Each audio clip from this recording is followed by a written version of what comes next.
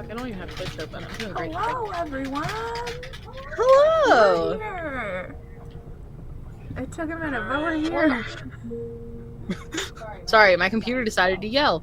Hello. Sorry, we have had a weird start to our night, but we are getting back in the swing of things. So it's lovely to see everybody. Hope you all have had a great week since Wednesday. If you were here for session 0 of the Vanishing Lands, I hope you were able to join in on that wild night of a game. And if you weren't, the VOD is up. Feel free to join us before Wednesday. Gordon Hamsey was made a character. There are there's a Justin Twizzler Lake is a giraffe. There's just a lot of things happening on Wednesdays. It's gonna be a But good time. tonight is for the scary stuff, and then on Wednesday I make everybody feel better with what is Bluey adjacent, as we're calling it. At least in the art style. Yeah. We were literally watching Bluey upstairs, and I was like, I'm gonna write for Wednesday while we watch Bluey. Why is my computer screaming? I don't know. Stop it, what's because happening. It's coming through. Oh! I know. I'm sorry. I knew it was, and I was like, I don't know what's happening. This is fine. Everything's fine. It's gonna be great. But yeah, welcome back. As she said, our VODs are up on Twitch right now for our recent shows, but every VOD of all of the things we've done is up on our YouTube. Link is in the chat. But yeah, we're here. Make sure you follow so you can get that notification when we're live. And also, if you really want to have fun, there is our Discord server. We're getting more active in it because we're trying. There's so many things. We're trying really hard. Us two are we were not made to be social media people. No. And then we got into this, and it was like, oh well, I guess You need to have all the it's stuff. time to learn. So we're getting better at it. That's the 2023 goal: is get better at social media. We're doing it. But yeah, we've been updating things in our Discord server as we get things done. Also, we feel like a real stream now, because we have Streamloots. So make sure you hop up on Streamloots. Everything's updated. All the art's updated. Ryan's character has a name now. It's super exciting. Thank you. Thank you, Hours Without Sleep. I try real hard. Mostly it's Mal. I make her schedule all of the social media.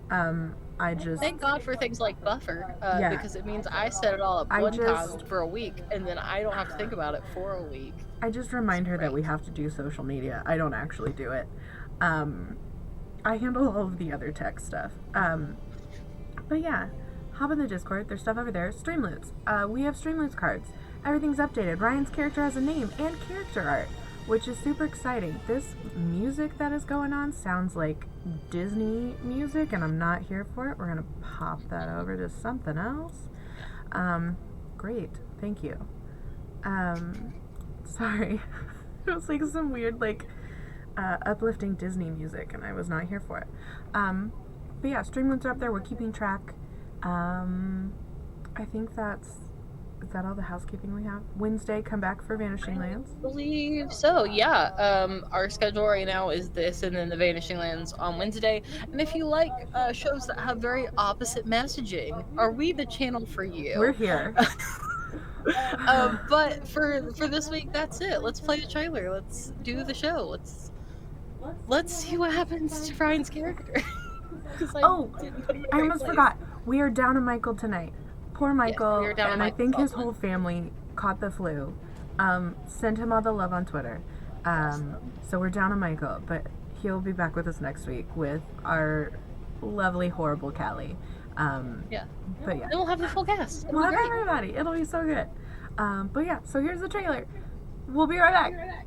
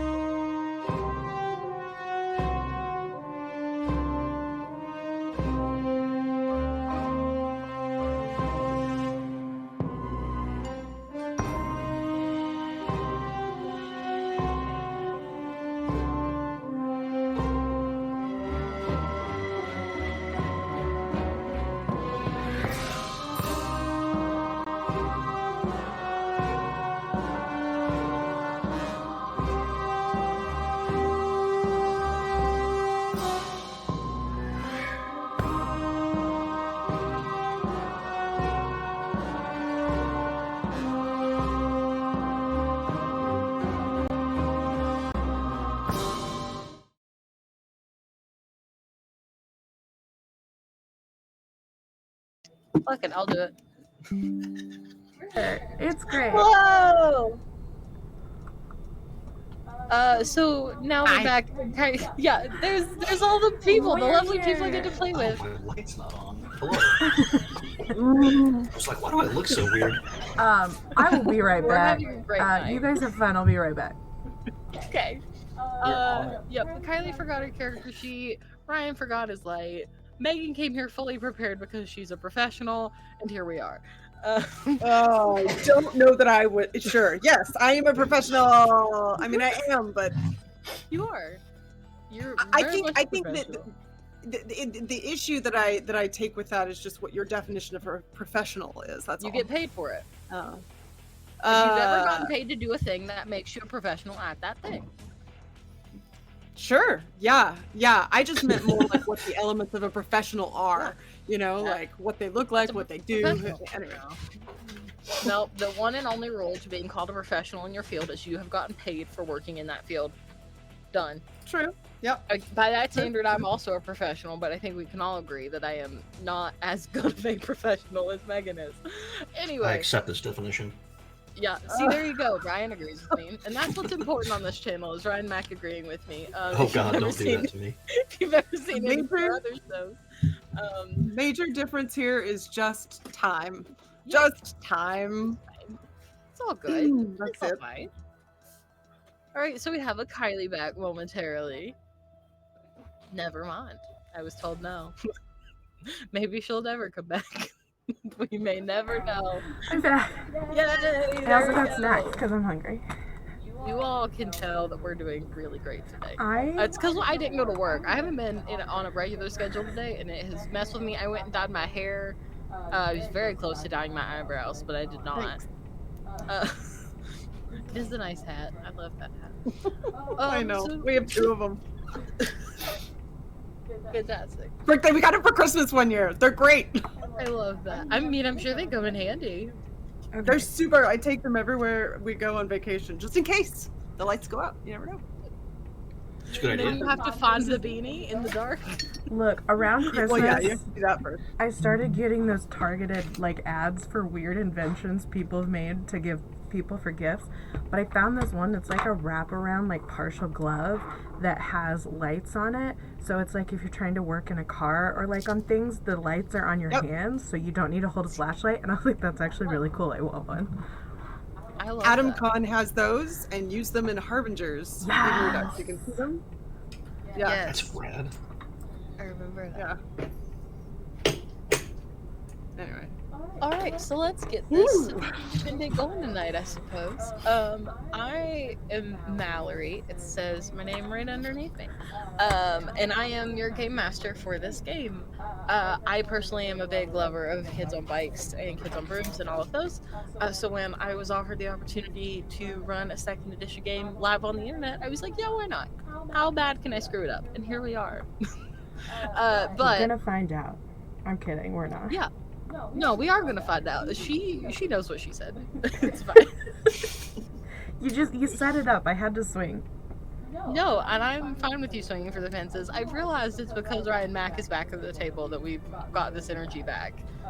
It's because Ryan wasn't It's here true. last week, and now Ryan's back. Is that good? No, it's great. It's so good. What this channel was founded on, considering we started with you being the GM of this channel.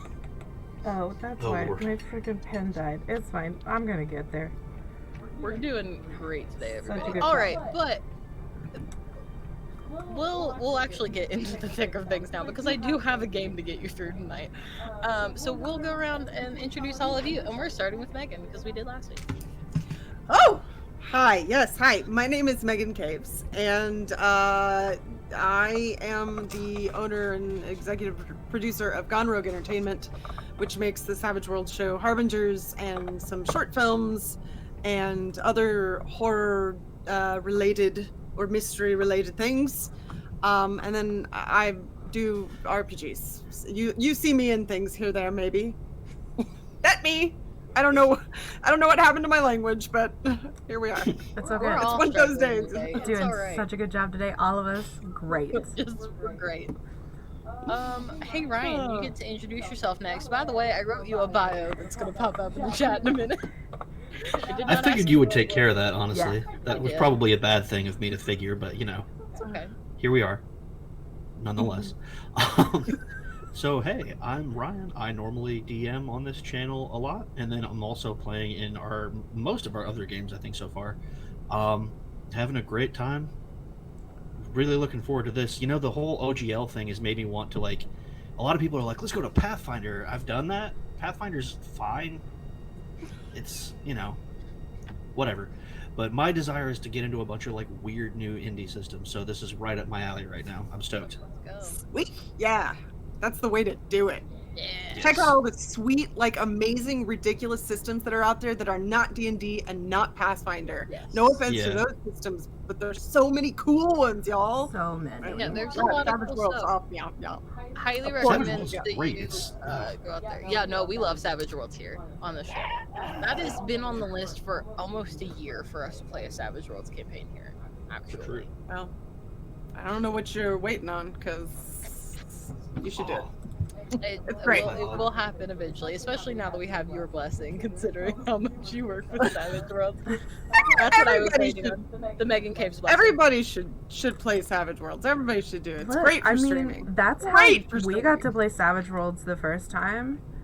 Was with Because you. we were like, Megan Caves is so cool. We should sign up for her table for Halloween. And we I thought was we were much less cool about it. I we stalked thought that website. we were fucking hot shit, man.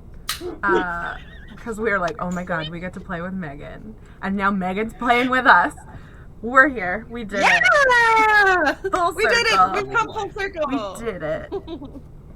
Look at how life works out. Also, I totally always forget to give this warning. We're a spicy channel. I say fuck a lot. If you don't like it, I totally get it. It's still gonna happen. Also in the beautiful child art, Bluey style, cute game That's so much! on Wednesday. There's gonna so be so Bluey. many bad words. It's so good. If you It's gonna be haven't, fine. like, please go in the Discord server, or we're starting to do the announcements this week for each character, but like, please go look at them. I have never played this cute of a character ever, and I cannot. I'm playing essentially a Girl Scout raccoon, and I can't wait. I am personally very excited, and I love Bluey. Also, I just need you to introduce yourself. Oh, 'cause hi. That's all. It's all your turn. Hello, I'm Kylie. I'm half of the co-founding team of Homebrews and Homebodies. You can find me here on Mondays and Wednesdays, and starting February 3rd, you can see me over on Lake. I am the worst because I'm a forever player and not a DM. I just don't have the capacity to be a DM. It's too much for my brain. But I like to help build things, so I try. But yeah, that's me. You do great. Thanks. And I should probably do my chat community. That's fine. oh yeah, that is fair. We did write those for a reason, I suppose. Oh no. Oh no. Is that better? I turned my gain down because I kept hearing myself echo. I hope that works. Mama Cat, you just let us know when you catch up. Yeah, let me know. I was Yeah. trying not to be too loud. And I'm Mallory. I am your GM here. I'm also your GM on Wednesdays for the Vanishing Lands. We also announced the name of the campaign today. It's called Carpe Diem, and it is set in an all-food world, and I have never been more proud of a pun in my entire life. Oh, Allie's here! Allie, hi! Allie is one of Hi, our Allie. players on the show on Wednesdays. Allie is playing Whiskey, which is a very fun character that we revealed today. But yeah, I'm the GM here on both nights. I am also going to be a player over on Lake starting February 3rd.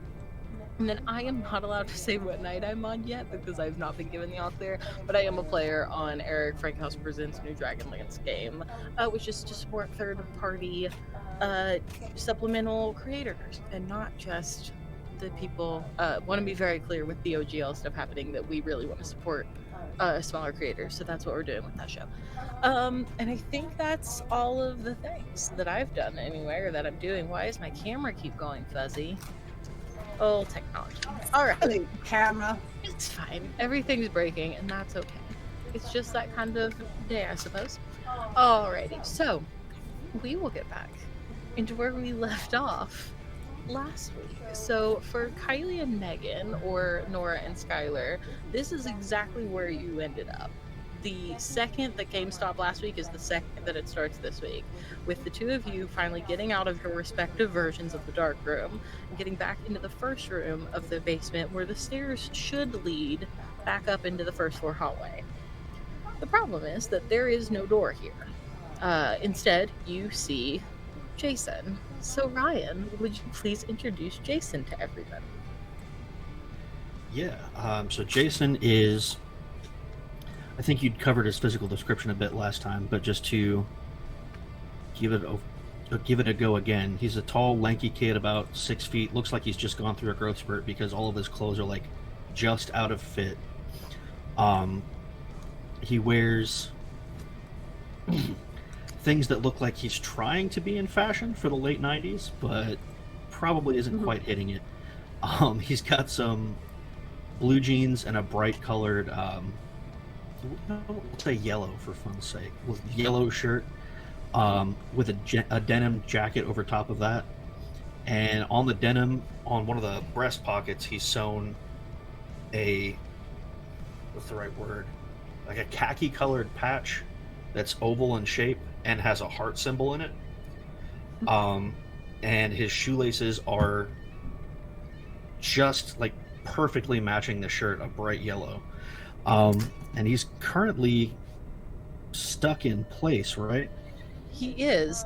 So to Skylar and Nora, Jason would seem to be staring straight up at a bright red light bulb, very similar to one you would see in a dark room.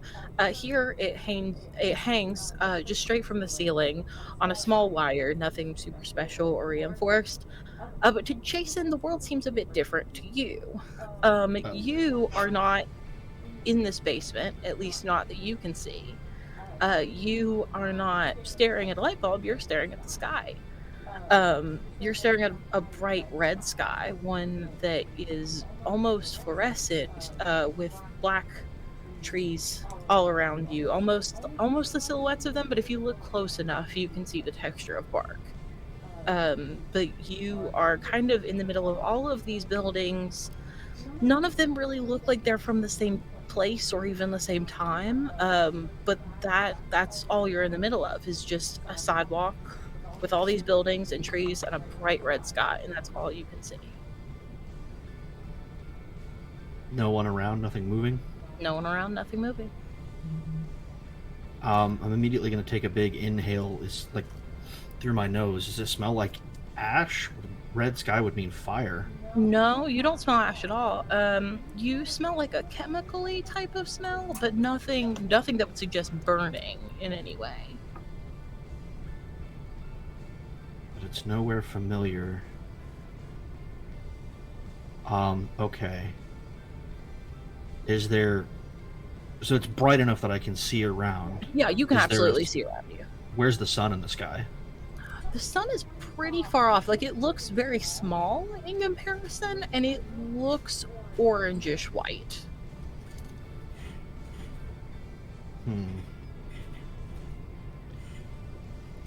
Okay. Is there somewhere I can get a better vantage point, maybe? Like, I don't know, a hill, the top of a building, maybe, like something with a ladder, like a fire escape or some kind of... You definitely are surrounded by buildings. I would say it's fairly easy to go down an alley and find a fire escape, or at least something to climb on top of. Okay, cool. Yeah, if I can, I want to do that and kind of get up on top of something so I can get a better look at my surroundings. Yeah, roll me brawn. Your DC's 8. That's what I have. Hooray.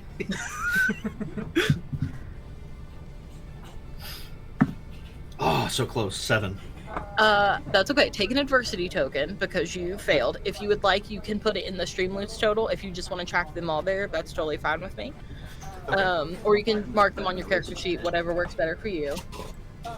So I will say that with an 8, you can't get all the way to the top of the building, but I would say that you can probably get one of the higher levels of the fire escape. It's just that to get up any farther than that, the ladder is broken.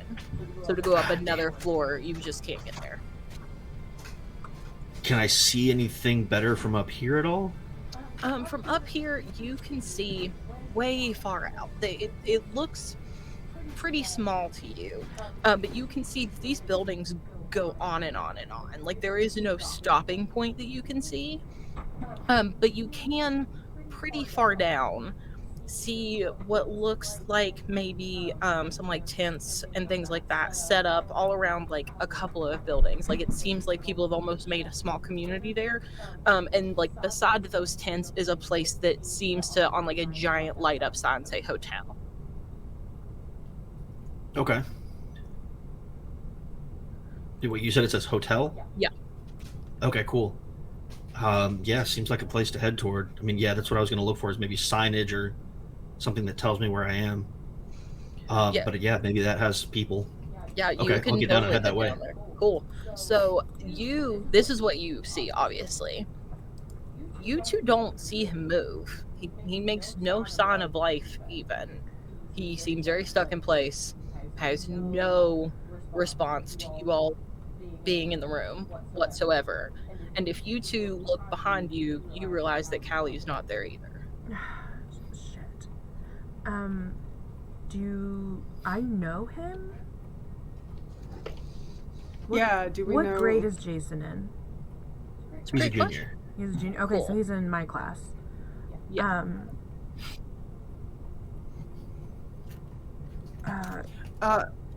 I mean, Skylar is just like just like taking pictures over and over again, just trying to get a few pictures of Jason and kind of like what's happening and the space, and takes a few pictures of Nora and of the door, and just is just kind of turning around and doing that, and then just says, "Yeah, so what happened? That was really weird. What's this guy? Can I go over to Yeah. him and like try and talk to him?" You can. Yeah, I'm going to do that. I'm gonna go over and be like, "Hi, Jason. What are you doing here?" Jason, at the very edges of your mind, you can hear something, but it is not close enough for you to be able to make out words. Okay, I'm gonna just call back out to it then if I can hear it, because I'm. Hello? Is that? Just start looking around to see if I see anyone. You don't see his mouth move at all, but you hear his voice in the room. I hate that I'm gonna Hello? do this, but I'm gonna be like, okay. Callie seemed to be really cool in this situation. So Nora's gonna have this moment of like, okay, what would Callie do? And she's just Oh going no. she's just going to walk over and just slap him real hard across the face and see if that jars him. You can feel the pain of somebody smacking you, but nothing else. And his head, like when you smack him, his physical head jerks like you smacked him and immediately goes back to the light bulb. Okay, that didn't work.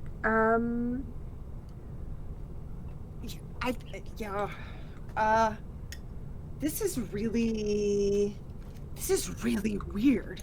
This is so weird. Okay. Right? Like, this is so weird. Like, where did you go? Okay, you're right. We gotta look at we gotta figure out what's happening first. Jason!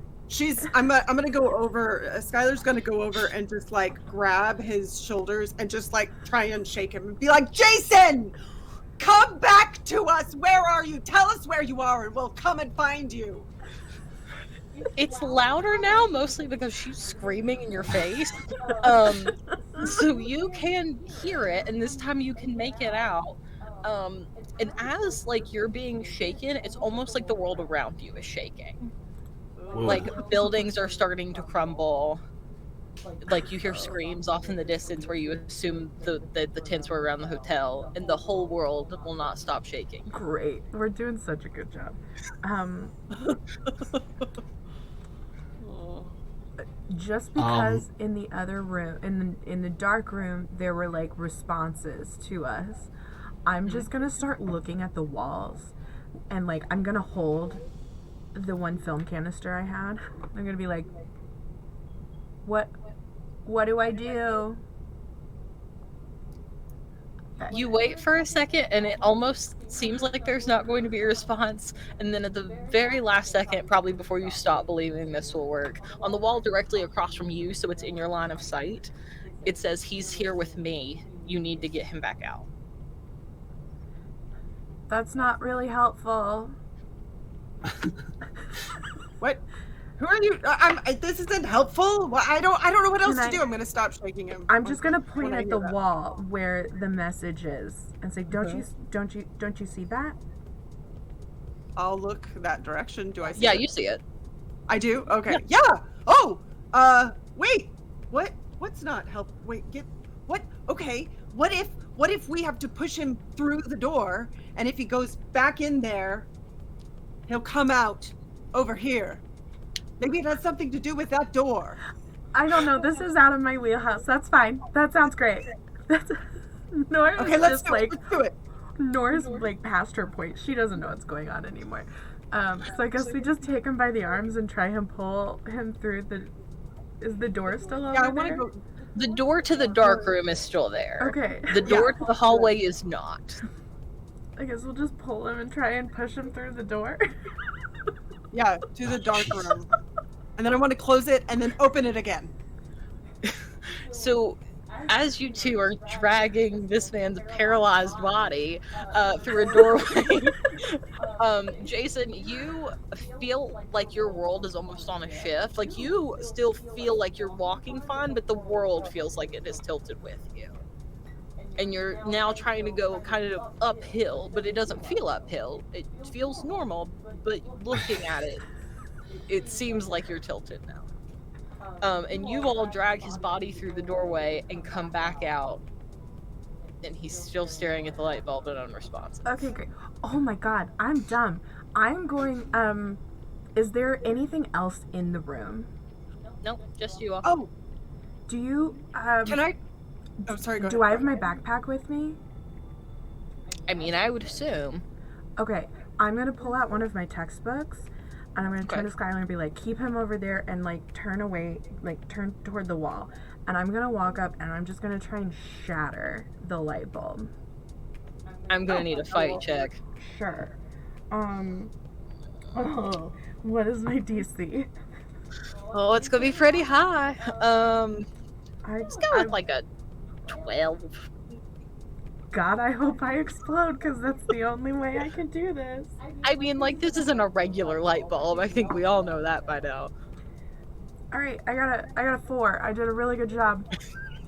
Cool.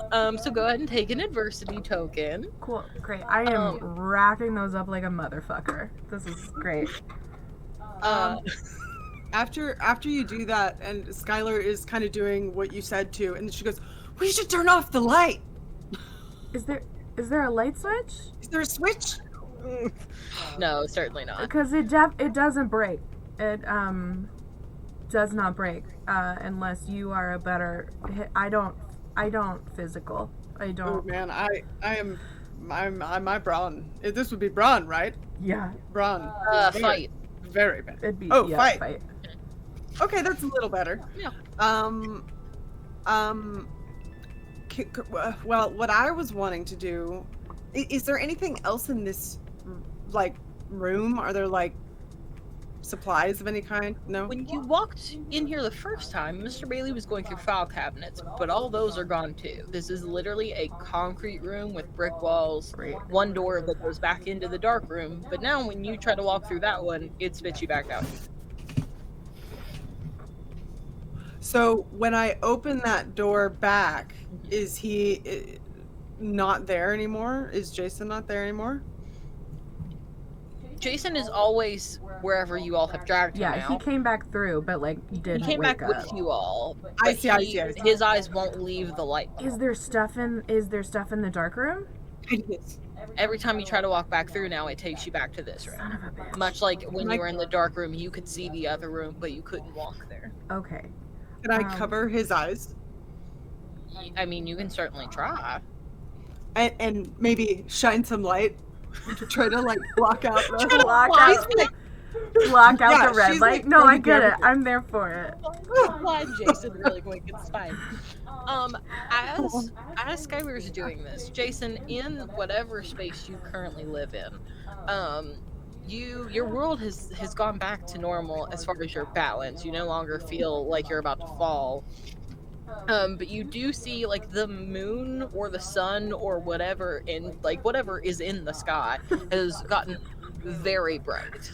Like almost blindingly bright. Okay. Hours without sleep, that's actually not a bad idea. What if I like empty my backpack and put it over his head? Does that black it out enough?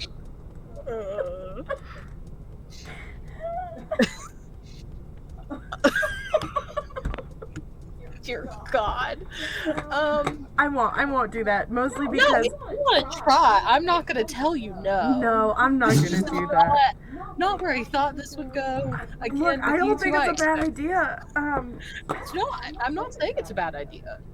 Okay. You just didn't think we were going to come across it tonight, is all. I feel Yeah. like Go ahead, Ryan. realistically, Jason would be like sitting down with his head between his knees, trying not to have a complete breakdown. That's fair. As Jason starts to freak out within his new bubble that he's in, the room around you freaks out. So the light bulb in the ceiling starts to flicker, like first kind of like normally how a light bulb flickers, Okay. but then it starts to get bright, and there's this like high piercing sound. I'm gonna hold because she thinks it's tied to the film canister, so I'm just gonna hold the film canister again, and I'm gonna be like, okay, I don't know what to do. Can I get a hint? Like it's a I'm fucking just taking escape room. pictures everywhere. It takes a minute, but whatever wall you're turned towards now gets a message on it. It seems like you all are stuck a bit. I'll see what I can do from my end. And then that Who message. are you? So as you two stand here and this light is flickering on and off, all of a sudden the piercing stops, like the piercing sound ends, and the light goes out. And when it comes back up, the room seems a bit smaller than before. We went from maybe an 8x8 room to like a 6x6, maybe. Cool.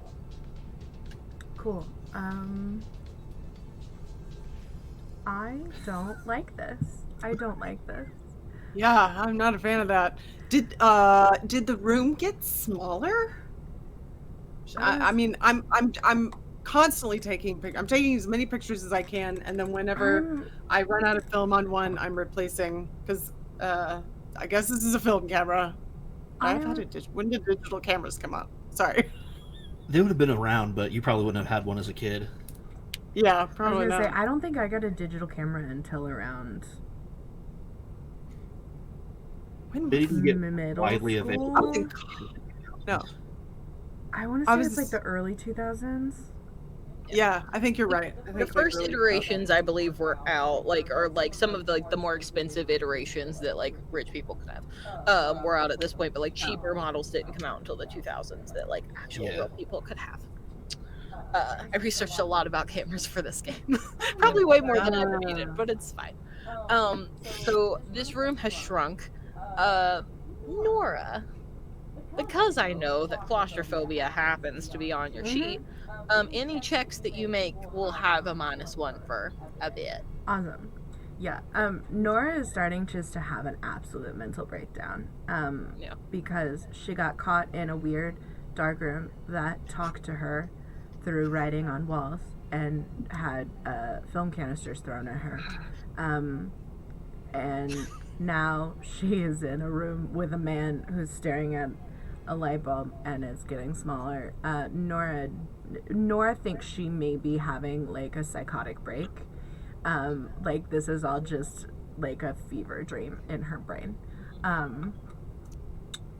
Uh, and she's just gonna go take a seat by the wall for a moment and just hold the film canister and just murmur to herself for a moment. She's gonna check out for a second.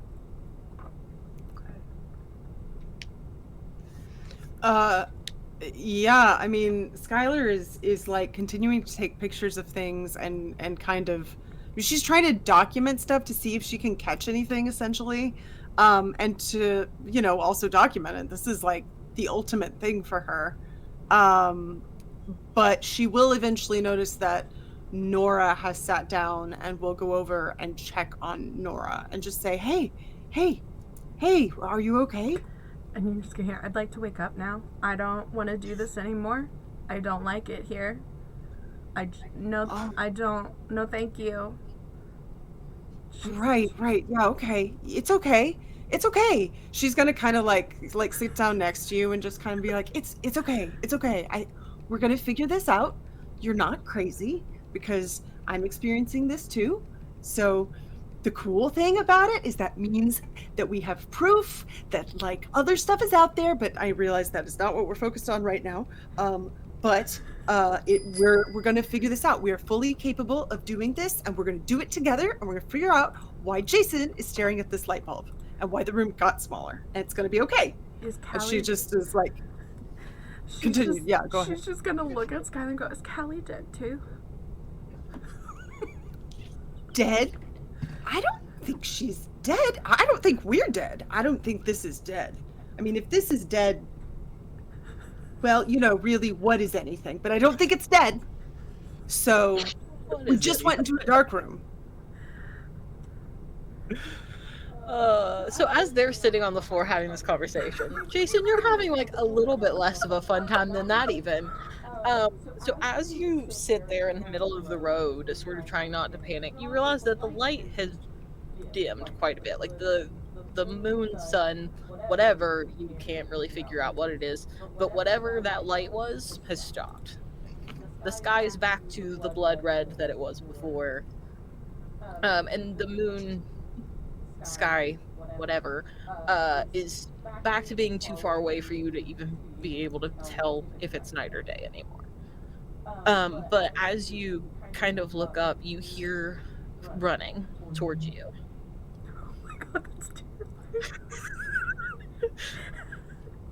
Just hearing sprinting footsteps toward you. Fuck no, man. Ooh.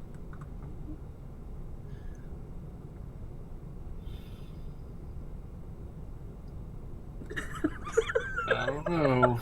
Okay, I mean, can I hear from where? It's like towards the direction you were like you were headed towards that hotel and tents that you saw. It's from that direction towards you. Okay. But they're not visible? Nothing's visible coming? At this point, you can't see anything. Okay, I'm gonna hide then, and if I can, like, find somewhere to hide at least as best as I can.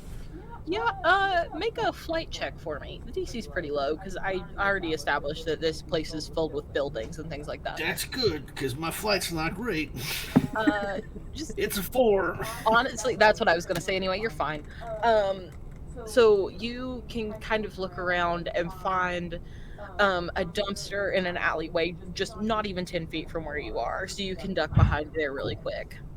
So as you do that, whatever person was making these footsteps has basically met about where you were, and looks around, and you see a girl who probably stands 5'4", 5'5", a brunette with kind of longer hair, and like lots of freckles through here, and she's in like a red top and overalls, and she's just looking around for who knows what. Is she familiar to me? Make a check about it. Let's talk brains. Your DC's like Whoa. 5. It You is just knocked super my phone off my low. work. Please don't kill any of your technology. If it's just a keyboard, I think they'll forgive me. Live destruction right here on the It's internet. like an $8 HP keyboard. If that. Okay, let me see. Brains is my best one. Okay, I will tell you about this, and whatever the roll is, that's fine. If you, let's say you have a d20 and something, and I tell you it's a 10 or less, you can tell me that you're going to take the half. So whatever Okay. the dice is, you're naturally half as good as your maximum score all the time. Okay. What'd you get anyway, just out of So I curiosity? got a 12. Oh yeah, you're fine. Cool. Yeah, you do know this person. It's Scarlett Morgan. Oh shit. Okay.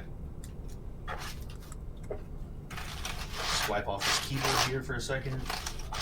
Real big. That lovely ASMR sound. Getting all the everybody. ASMR. Okay. My favorite ASMR thing is that short video of there's a woman doing it, like, normal ASMR, and then her kid comes up behind her and smashes an egg on her head, and then into her microphone just like screams as loud as he can. I need to find this because it is so chaotic. It is- Reason 117, while there is a high possibility I will never have children. The list just keeps getting longer. Day by day.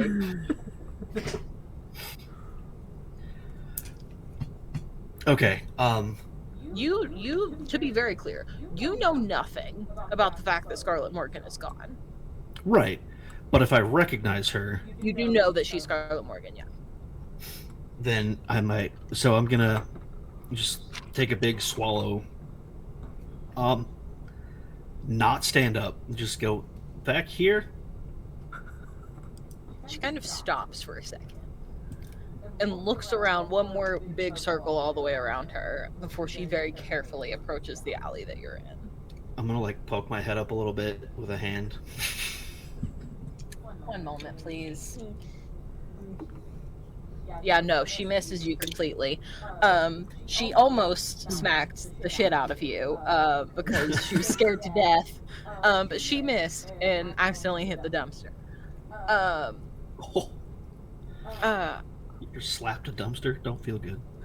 It does not. She's like shaking her hand and kind of like rubbing it and being like, no big deal, it's fine. She does not have a very high fight roll, by the way. It's like a 6. Stay. So she kind of looks, Jason? Yeah? Yeah. Okay, you're not supposed to be here. And there are two very nice people that are trying to wake you up. They're not doing a great job, so I'm gonna try to help with that. I need you to come with me though. All right. Sure.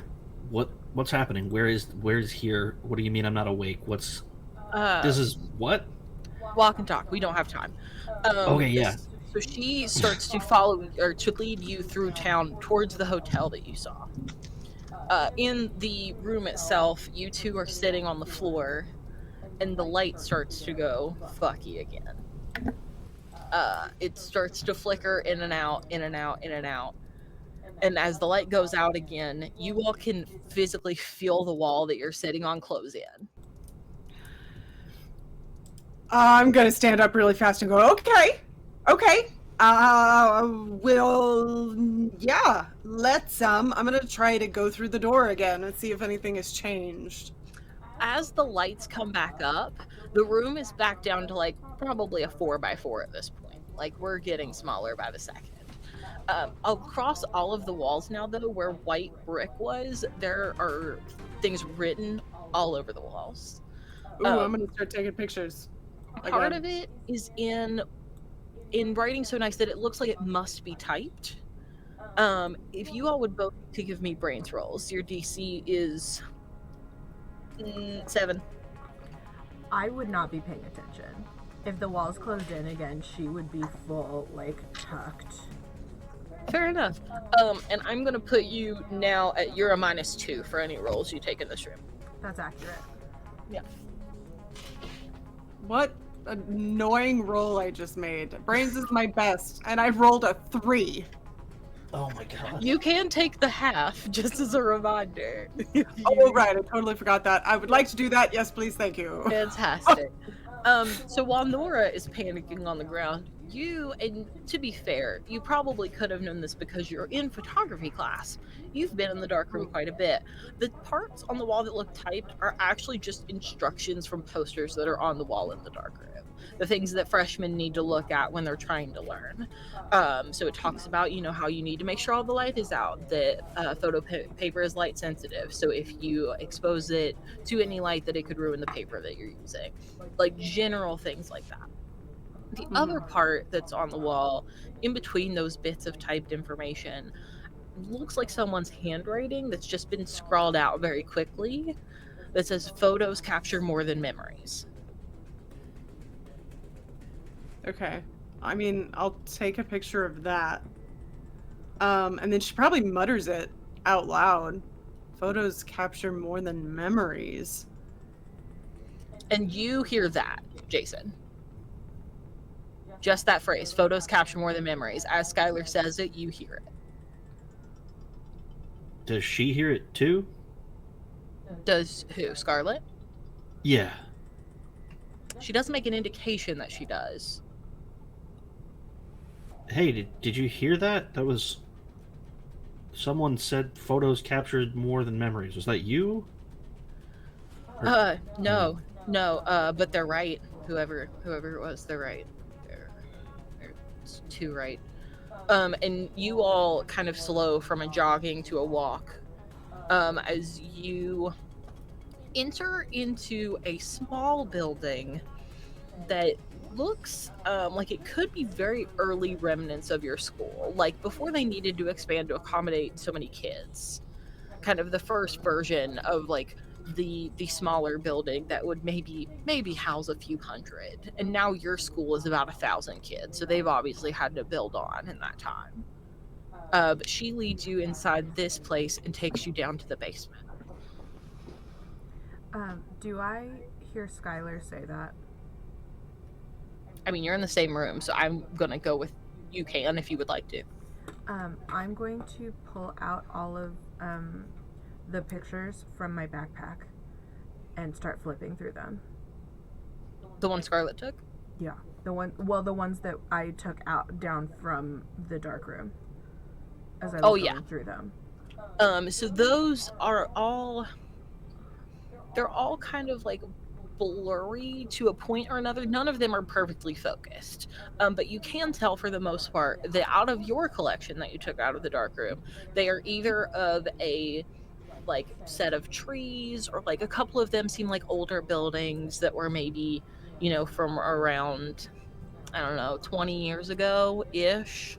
At least that's what they would look like. And then the rest are photos of you. None of them catch your eye in the camera, but you can see that it's you from like other angles, like behind you or to the side or from pretty far away, but like your eyes are never in focus in these photos.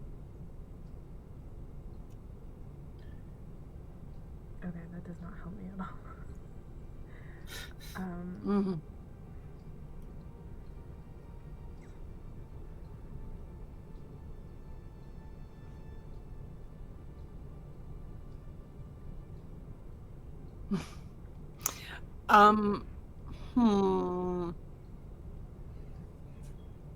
There's nothing else in this room.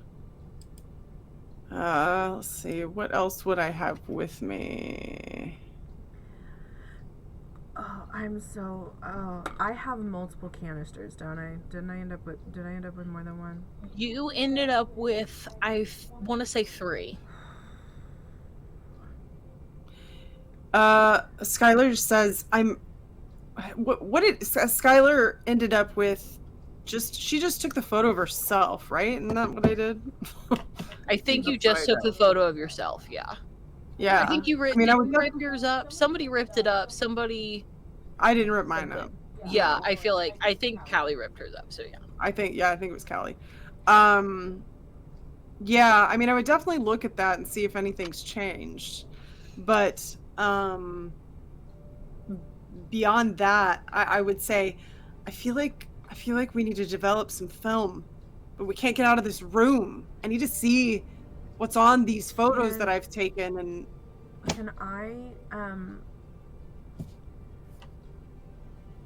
Can I take out the negatives and like try and look at them?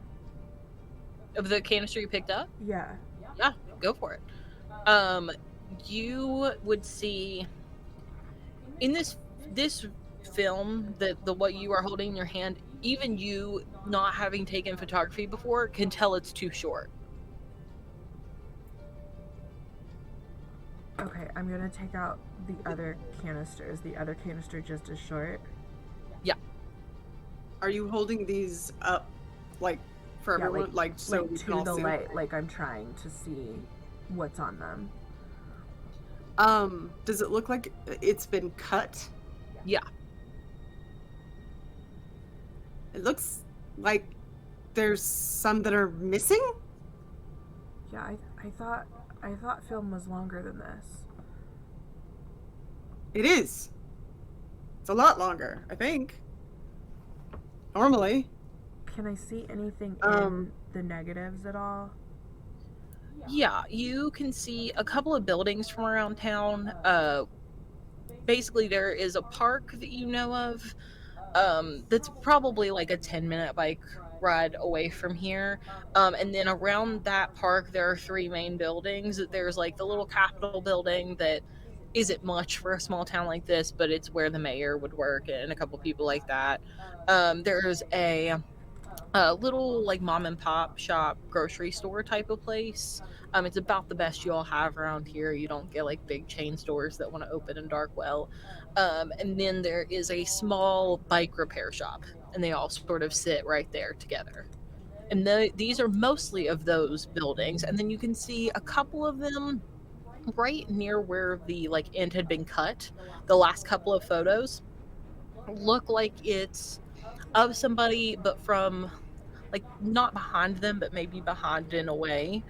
And it's you can at least tell that it is not of you two, Callie or Jason. Okay.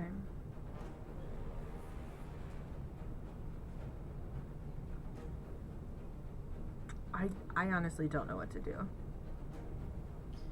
As you stand there looking through that film, the other piece of film you get is that you pull out is very similar. It's got on now the opposite end is cut though, and the two after that are also of somebody.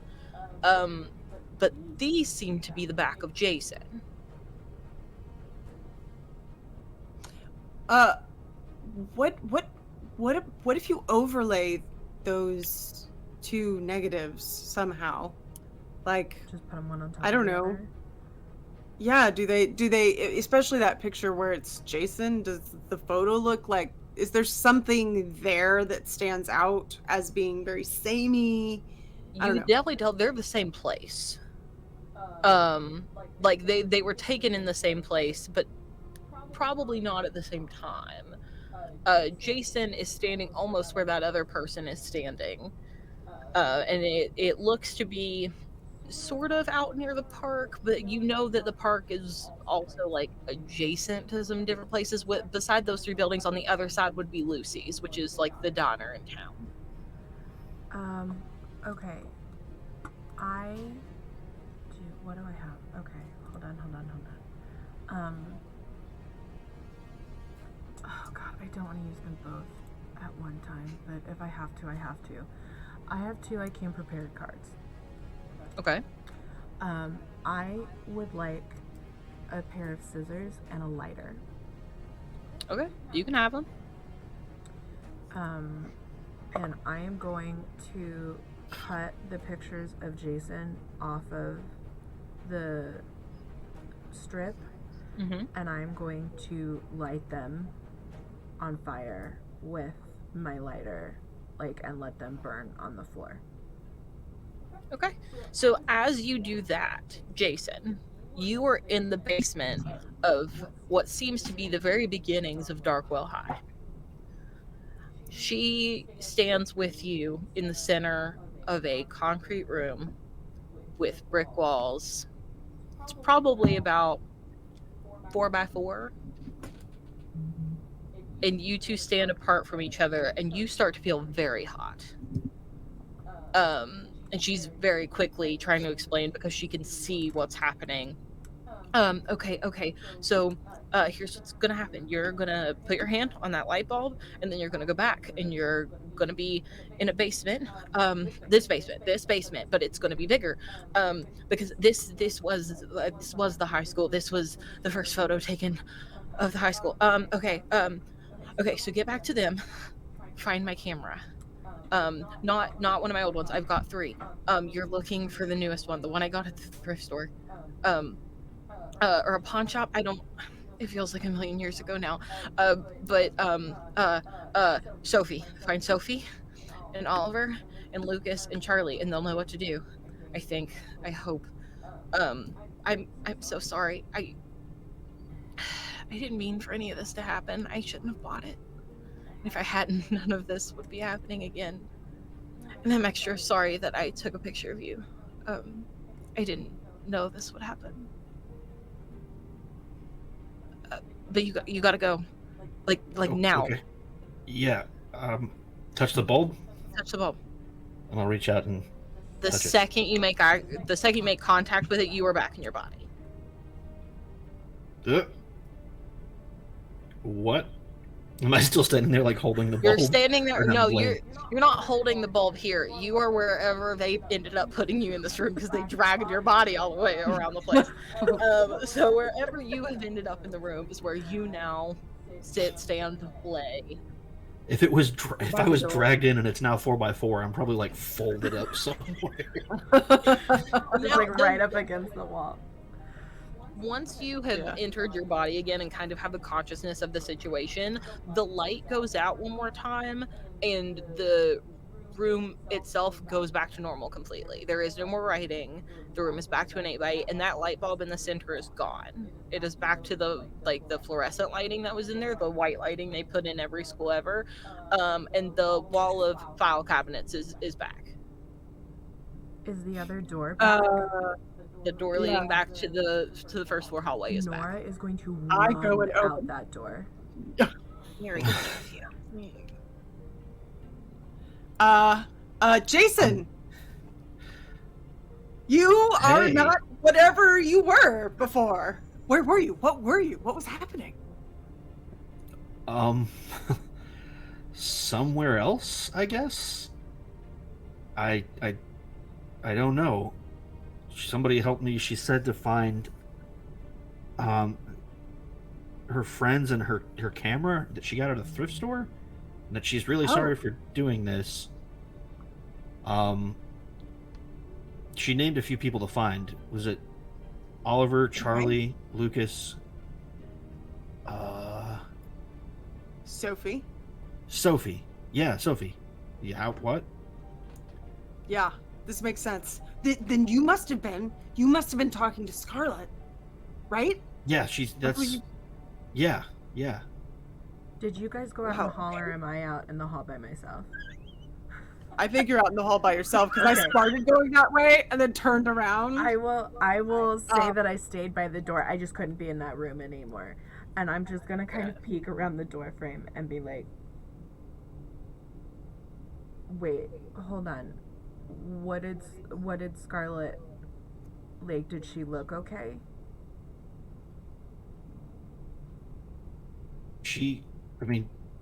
Yeah, I think so. Because we just found out today that she's been missing for like a week. Yeah.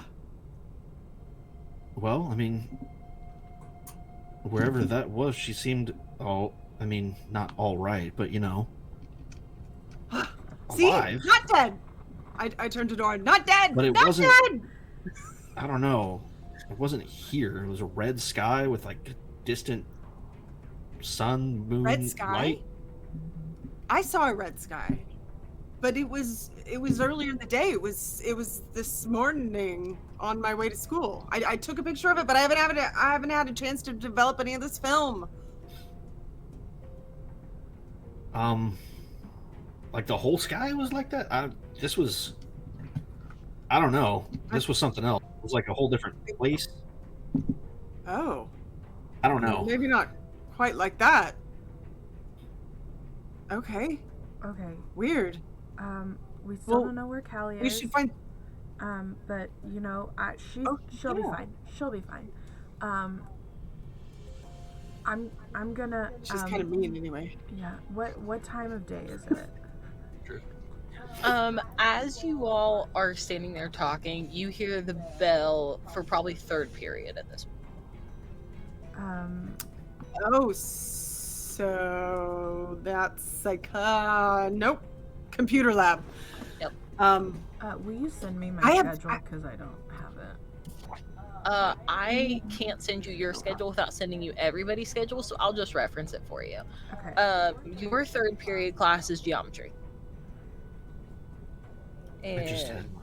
Who's in it's that core class? it's core English honors, by the way, Hell Jason. yeah. Thankfully, I have everybody's pulled up now, which makes my life a lot easier. Who's in geometry? with Yeah, me? I think I. You don't have anybody in geometry class with you. None of you share classes with any of those four this period. Okay. Well, shit. Okay. All I have is computer lab right now. They're not even gonna miss me. I'm a little hesitant to do this, Do whatever but you want.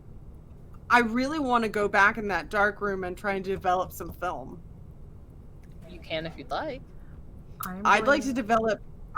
I'm So gonna hand go you ahead. my Go. canisters. Yeah, that's what I wanted. Okay. Because Yeah. I Yes. have to go to class. What period do I have newspaper? 8th, Okay. end of the day. If all else fails, I will see Oliver and Lucas at the end of the day. You'll see Oliver closer than that. Okay. Let's meet at Fourth lunch. period. What class is that one? Lunch is after fourth period, right? Yeah, lunch is after fourth period. You have sociology with Oliver, fourth period. Skylar's alone in chemistry. And you have study hall with Sophie, Jason. But Okay. if you all want to skip through to lunch, I'm totally cool with that. Like I we just can wanna do develop development of film. photos, but like if you want to like not play through class, I would Mhm. like. I'm fine with I'm probably. She's gonna go to class. Yeah. But she's 100% gonna talk to Oliver at fourth period. fourth period. Cool.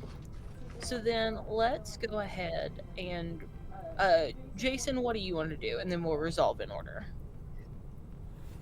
I don't have class with anyone that I need to find, so that's going to be... Not until fourth period. Yeah, I'm just going to be kind of antsy in class, like, totally paying attention, for sure, promise. I mean, thankfully And you all just, are in like- high school. Teachers think it's a miracle if you pay attention anyway, on like a good day. True. I slept in the first row in my senior year. Or, yeah, I was going to say, I gave the game away, but yes, I slept in the first row in my senior year math class every morning. Good stuff. Honestly, I get it. I always sat toward the back, and I always had a book with me, so I could just read through classes. Brilliant. High school, I was a middle of the pack kind of person, and then in college, I started to sit in the front row just because I wanted to talk a lot. That's what psychology majors will do to you. You know. Okay, so we will resolve in that order then. We do not need to do anything for Jason until lunch, correct? Yep. All Yep. right. So, and Skylar needs to develop photos, and Nora wants to go to class, and you want to talk to Oliver in sociology. And then meet up with everybody at lunch. Okay, sweet. So we'll resolve Skylar first, since that can be done in third period to fourth period. You try to step back into the dark room. That door is still open again, and it does seem like you can walk in as freely as you would like. Everything is not quite set up the way you need, but it's close enough to where you can get things up and running fairly quickly. Hmm. So as you start looking at canisters, you got 3 from Nora, and then you Hmm. had 2. I have at least 2 probably at this point of Yeah. my own. Okay, so you have 2 of your own, and then you would have gotten at least 1 roll while you were stuck in the dark room that were not of Okay. yours, but were of Scarlet's. Oh, okay. Okay. So you go Yeah. to work.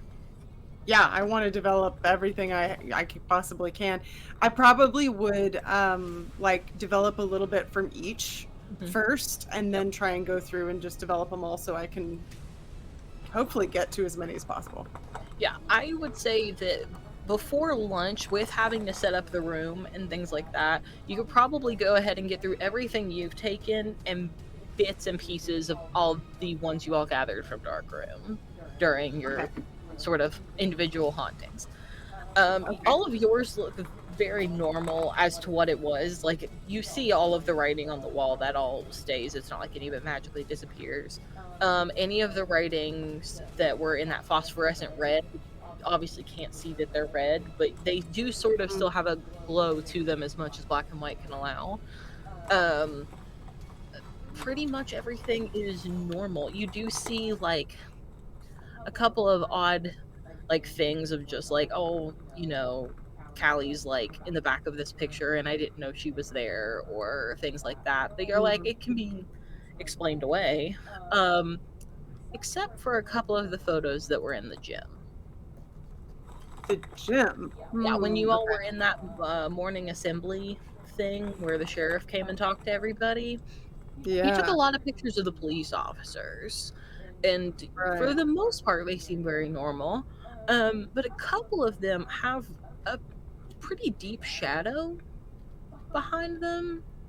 Hard to make out a shape, really, but it definitely seems like more light is being blocked somewhere than it should be. Almost like up against the wall, there's like just a big black shadow. Almost could be thought of as the shape of a person, but you're sure that like the light wasn't hitting the way that should, or like I don't know, maybe the development messed up, but there's a couple of big black shadows like that, and it's always around the police officers in those photos. Just one, but in the few photos that it does show up in, it's always around the cops. Oh, so it's not around just one cop. It's just No. one shadow that's around the cops. Okay. Yes. Um, I'm trying to remember why I wrote this down. So we've come upon stuff before, or Yes. red mist. Yeah, Yes. who said that? Was that Sophie. Callie? Oh, That it was was Sophie. Sophie. Right, it Yeah. was Sophie.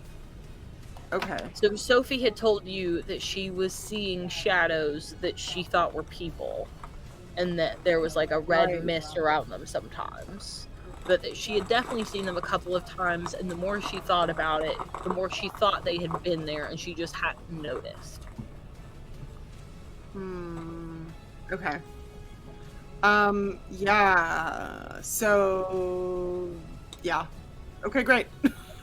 I feel like I've got lots of information that I will be taking with me to lunch.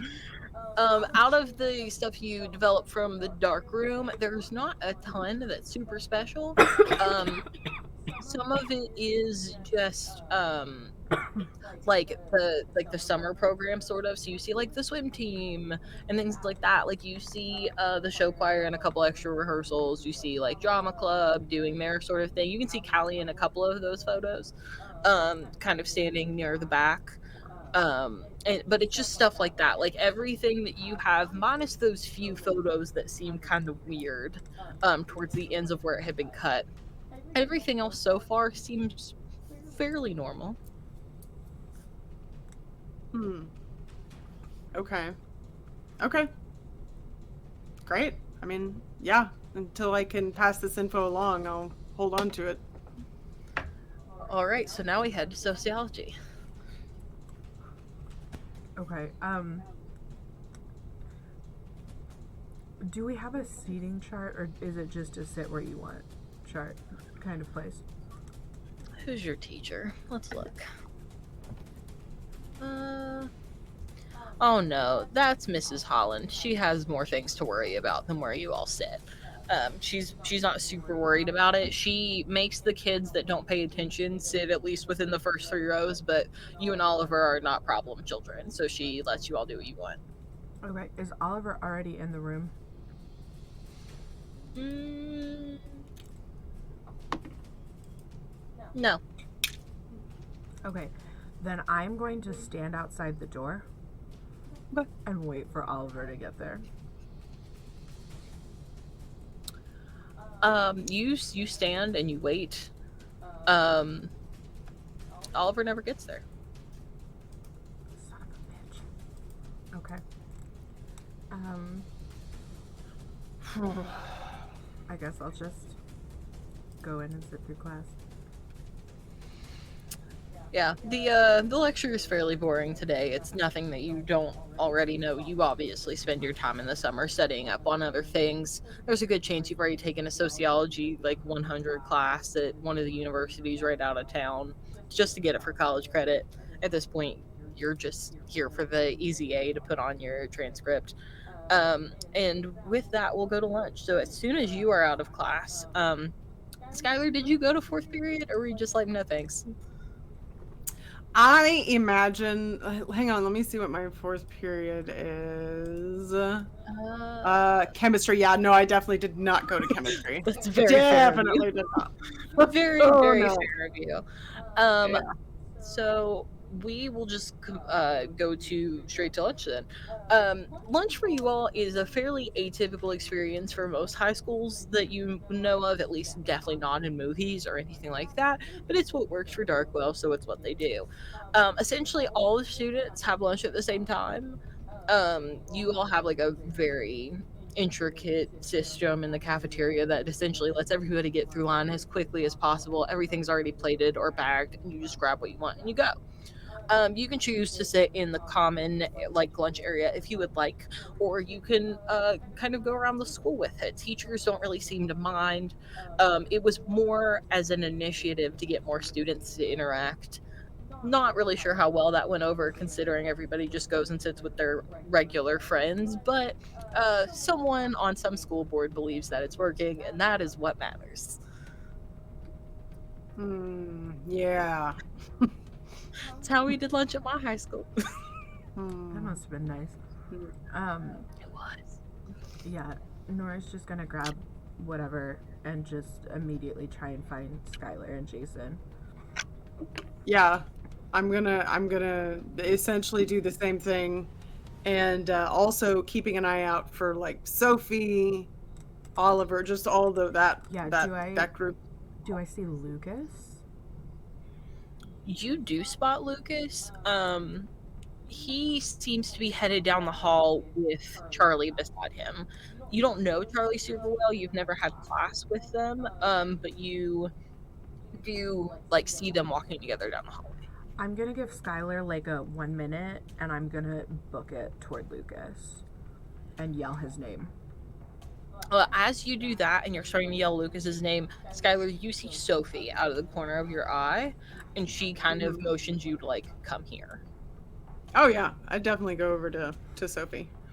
So as you're headed over, we go back to Lucas, who turns around and like sees you coming, and Charlie is still walking down the hallway. And he taps on her arm twice. And she turns around, and he will look back at you and go, "Hey, what's up?" Hey, we need to talk like now. You see Lucas start to move. Give me a brains roll. The DC is like 5. You can take the half if you I'm want. just gonna take half. You are smart enough to know that Lucas is signing to Charlie. And I know that is Charlie. Yeah. I would say that you know Charlie around school. She is fairly new. She transferred at second semester of last year, but you and while you've never had class with her, you have seen someone walking the halls with her. You would know that last year, at least, she had a full-time interpreter. Do I know sign language? You're not in sign language class. Okay. I would say maybe you can get the basics, but you're certainly not fluent. Okay. I'm going to tell Lucas I need to talk to Charlie too. He just sort of nods and will sign to Charlie that she has to stay, that you want to talk to both of them. And like I'm gonna go like kind of lead them to somewhere that's a little not like in the middle of a hallway. You all sort of step into this small alcove that's right outside the theater. It is almost like there's a door there that you think that they only use for like just a very small alcove on the side of the theater that no one ever uses for anything. It is always empty. As you pull them in, we go back to Skylar and Sophie kind of ducks behind one of the pillars that like make up the cafeteria and pulls you behind it with her. Mm-hmm. We need to talk. Us and Yeah. your friends. Oh, yeah. Yeah. We do, and I have something to show you. And so she says, well, why don't you stay here, and I'll go get everybody else. But first of all, look at this photo, and she's gonna pull out the ones of the cops, and just go, is this what you've been seeing? Sophie will grab them and kind of piece through them really quick. Yeah. Yeah, this is it. We can't all hide behind this pillar. It is not big enough for, what, 8 of us or something like that. Oh, right. Theater. You're right. Meet me in the theater. Okay. 5 minutes. Okay. I'll go get them. And she like Okay. sprints off to go get what you would assume is Lucas, Charlie, and Oliver. Okay. And then I'm gonna head over to, because I saw Nora. Have I seen Jason? Jason, I don't know what you're doing with your life. What does lunch look like for my favorite Boy Scout? You're muted. Oh no. I did We it. were doing so good Starting the I new did year it. off right. with a Ryan Right. Mack muting. Jason takes every moment possible to eat food. As many calories as possible. You got to get that growth fuel in there. I'm thinking, yeah, whatever the cafeteria has, he's got at least one of, and just like eating. I'm gonna say that the lunch ladies know you very well. Obviously, there are not a ton of times that a cafeteria can have seconds, especially when all the kids come at once. But when they do specifically seek you out and see if you want it first before they give it to other kids. So your favorite lunch lady, her name is Darlene. And when you come up to get your lunch for the day, you go to grab one of the bags, and she kind of puts her hand out to stop you. Without saying a word, she ducks underneath the counter and grabs a different bag that looks at least double the size of these other bags, and just hands it to you and like waves you off, like does not say a word, and goes back to filling the regular bags for the other children. Sweet. I'll just give her a nod No. and a little half smile and go on my way. Where do you think you eat lunch? I don't think that I would like sit off in a corner by myself. I don't know that I would really think about sitting with anyone specific though.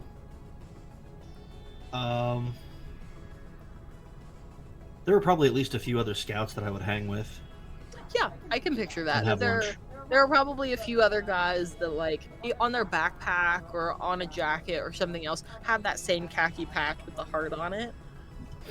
And you all tend to hang out together and eat. Either you're a part of the same troop or like other troops that are just like remotely out of town, and the only reason they're on other ones is because their like dad was in it, and so their dad is like, well, you Right. have to be a part of the same troop I was in, so I'll drive you out of town for it. But yeah, that seems very reasonable to me that you have a group of scouts to hang out with.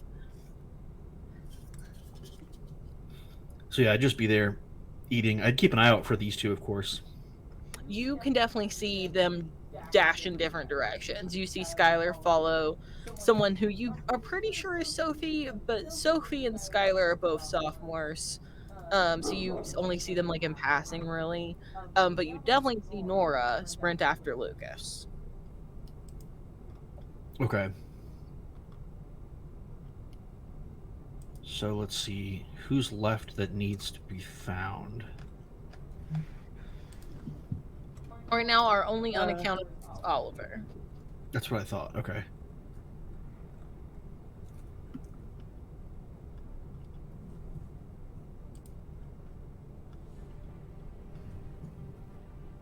Can I look around and see if he's there? Sure. Give me a roll about it. Let's go with. Let's make it a grit roll. Okay. Hey, look at that exploding. Hell yeah, let's go. Oh my. So, 23. You can do anything you want. Yeah, 23 is great. It's a While 12 and an you 11. while normally Oliver would not be in here at this time of day, Hello, he. Raiders. Thank you for joining Hi, us. Raiders. Thanks. Raids. Hey, y'all. What up? Aw, hey, JD. Thank you so much for the raid.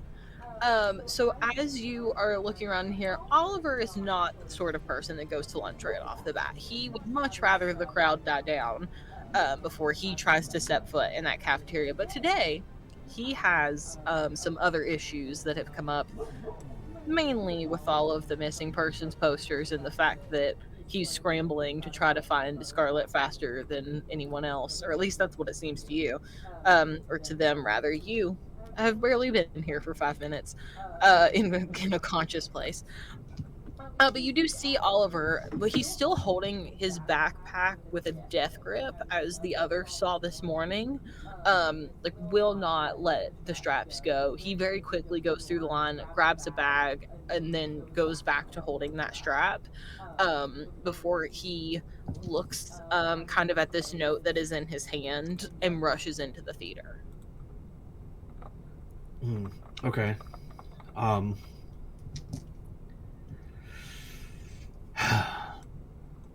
I hate to do it, but I'm gonna take a massive bite of the rectangle pizza.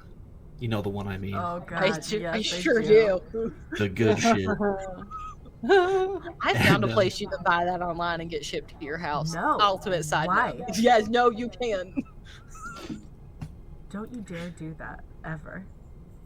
I like it. Why would I? It's horrific. Oh, you know what? You can get shipped to your house. Oh no. Grippos. I can. Yeah, you can get them straight from the Grippos site, and they're like $15 a box. They're not even that I'm expensive. So sorry with to shipping. interrupt this live stream with the miracle that has just happened. We could have Grippos in Pennsylvania. Yeah, you can ship them Right. wherever. I shipped them to a friend in New York once. For those that don't know, Grippos are a wonderful barbecue chip that I was introduced to when I went to visit Kylie in Indiana, and I ate an entire bag in her car is without thinking about it, and she gave me the tour of town. It is a Eastern Midwest staple. Grippos is the brand, but the barbecue chips, oh, they're so good, and So good. they are not like other barbecue chips. Like they are coated They're the in best barbecue seasoning. chips. Like you pick it up and it's all over your Superior. hands. It is the superior barbecue chip. I'm gonna find the link for all of you. Put it in chat I will right put now. it in Everyone chat. deserves Grippos. Also, an extra side note: Grippos are great on pizza. Like if you feel like if A-Zip you're West feeling Sider, adventurous about it, so good. so good. But yeah, you take a giant bite into the saddest pizza you've ever had in your life. You like kind of fold up the rest and can carry it with you, and you have your a little bag. You peeked in there. There's like a few bags of chips. There are a couple of apples. Like Darlene hooked you up. It's enough to Sweet. snack on, essentially for the rest of the day if you would like. Or you I'll can grab have that and a bring it full- with me Yeah. and chase after him. Not like sprinting, obviously, but you know. Run at him. Just run this kid down in the middle of the theater. Somebody needs Yeah, to. so you can follow him in. How sneaky do you want to go about this? Like, are you trying to be very blatant in the fact that you're following him in? Honestly, yeah, I don't really want to startle him. I don't want to be like, waving him down or anything, but I do want to just come out and approach it matter of factly. Yeah. So you walk in behind him, and he's not very far ahead of you. And as soon as he hears that door shut again, he spins around very quickly and like kind of hugs like the lunch bag defensively to his chest. Hey, I'm gonna, with one hand up and one hand holding my bag. I saw her. I saw Scarlet. Just gonna go right for it. You what? I was stuck there where she was, and a couple people. She helped me out, and a couple people here helped me out. But she said to find you and let you know that what's going on. She was And you could help. where? I don't know. That's the weird part.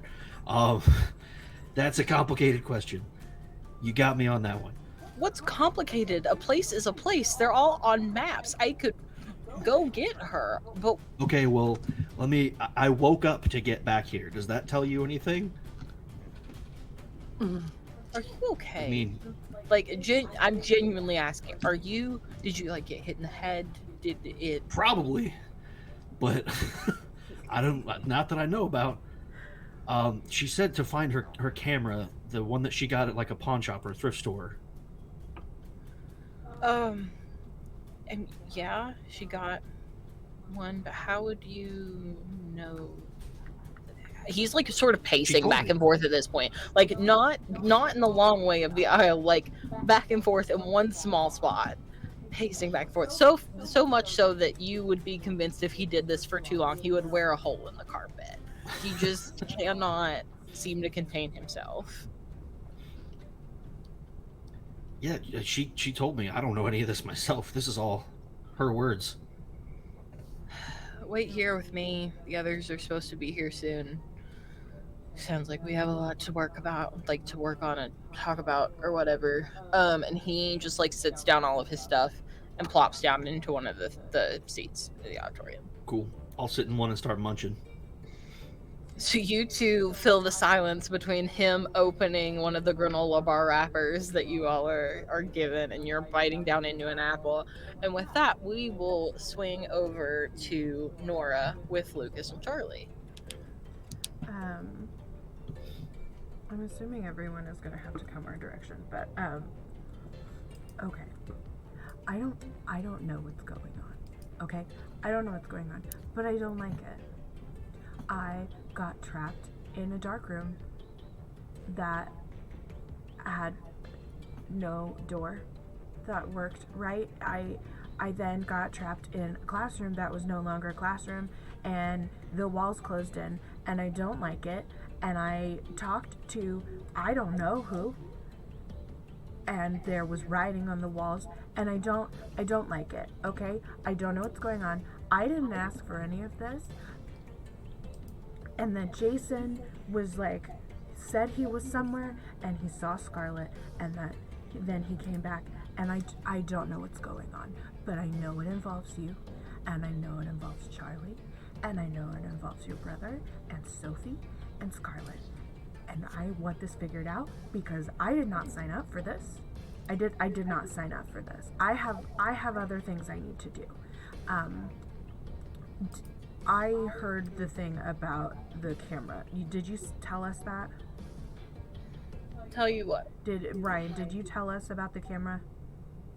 Or you just told us we had... Yeah, I did. Okay. Yeah. I did. Jason was somewhere with Scarlet. Somewhere that is not here in this world, because I guess there's another place. I don't know. But we are supposed to find her camera that she got from a thrift store or a pawn shop, and she told Jason to come find all of you. So, also, where's your brother been? He wasn't in class. Lucas kind of stops for a second as he's like trying to take all this in. He was signing everything to Charlie so she could also understand what was happening. But within the last couple sentences, I think he's just gotten so like pale at the idea of somebody speaking to Scarlet and finding anything out about this that he stops signing. And Charlie kind of like elbows him, and he catches her up on what's happening. And he thinks for a moment. there's a lot to explain, but first off, we can't find the camera. Sophie got what she swore was a message a couple weeks ago, and we've been trying to find it ever since. We can't find that camera. We've turned the whole place upside down. Okay. Um, let's take one more step back because you specifically told me that you had not seen her since the beginning of the summer. Technically, I haven't. Okay, but you said you had a falling out. This does not sound like someone that you had a falling out with. If they're trapped in another dimension somewhere, and they say, find Lucas and Oliver, they know what's going on. So let's just clear that up. Just walk in here. We've got a whole thing happening. They're all in there. Oliver's in there. Just theater, please, so we can just do this in one go, because I can't explain this anymore. So she's just gonna take off into the theater. Yeah. And the two will follow behind you. Charlie keeps signing back to Lucas, and he will sign back. You know the very basics of sign language at the very most, but what you can at least sort of get is that she is signing your name. Essentially, you think that she is trying to ask Lucas questions about what's happening. Okay. Specifically in relation to you, because she's finger spelling your name. Okay. I need to take sign language classes. I'm gonna mentally add that to my to-do list. Yeah. So then, as Sophie kind of makes this big lap, you can watch as she goes around the entire cafeteria, and she's like talking to a few different students. She comes back to the pillar that you're still standing and hiding behind. I missed everybody. Let's just go. We have some stuff to sort out. And she will lead you into the theater. And as she ushers you in and comes into the theater last, and takes out a key and locks the door to the theater.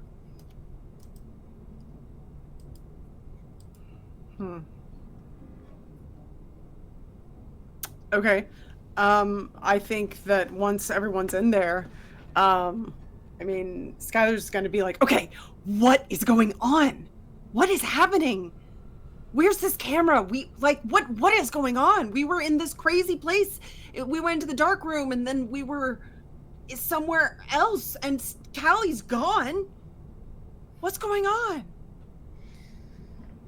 Okay. And so that, like, Oliver just looks extremely overwhelmed, and like he might cry at any second.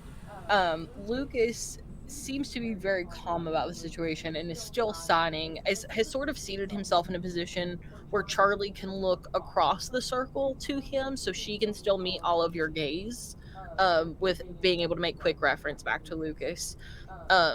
She seems a bit concerned about everything that's happening, and is trying to ask clarifying questions to Lucas, and he is trying to clarify back as fast as he can while still relaying all of the information. She does know that you seem very excited about what's happening, which is more confusing to her because she thinks that you all are in a scary situation. So there's just a lot of clarifying, it seems, back and forth, at least to you all. Lucas is like narrating parts of what he's saying, at least, so you all can catch the gist, but just not every line. And Sophie kind of sits with kind of like her food in her lap and is just very quiet. Lucas will like look back up at this point and still like sign fairly consistently. So here's what actually happened. Of all the things, here's what actually happened. Oliver and I saw Scarlett at the beginning of summer. We talked to her about the stuff that she was doing. I was mostly along for the ride. I just play football. Like, I'm not really excited about the writing of stuff. No offense. But I don't care. We didn't hear again from Scarlett until after we were back, which was a few weeks ago. She had run into Sophie in an alley, mentioned something to Sophie about this new camera, and took her picture with it, and then biked off. Sophie had told us about the camera. We ran into Scarlett. Scarlett showed us the camera, but she didn't have the film on her to take any more pictures because she had filled up her last roll.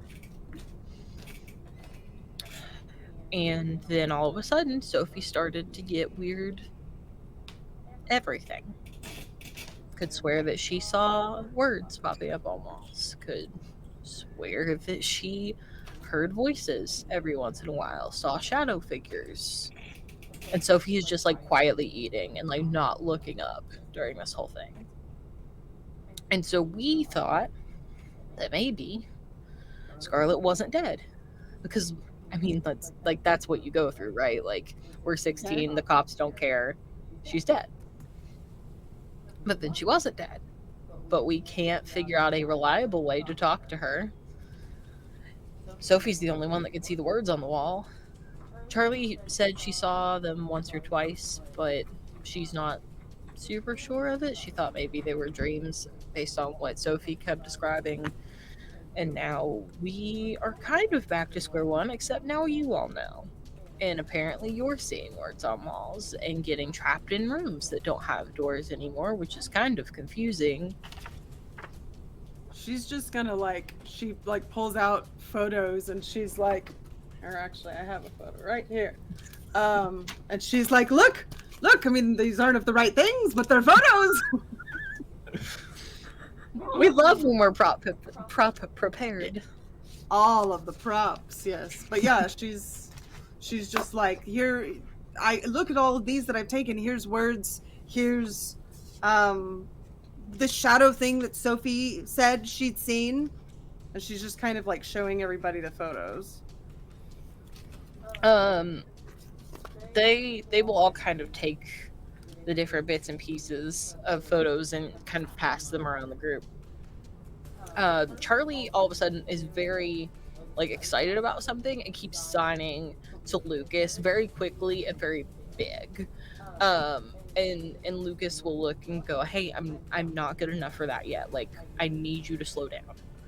And she will kind of just take a breath and start again, but a lot slower this time. Like something where you can see every sign individually. And he kind of nods along, and says, Charlie said that this is Scarlett's handwriting. Like on the wall, what's not this part, and he points at the scrawled part of photos captured where the memory is, and he's like, that's not it, but this one is, and it's of one of the messages that was in the actual Darkroom. Like one of the ones that was hold on, I thought I was gonna sneeze. Of the writing that popped up on the wall, or Yeah. of the writing that was on the signs? No, of the writing that popped up on the wall, of all the messages that were like, it's all in my camera, or find them, or even the save him that was behind Jason is all in her handwriting. Okay.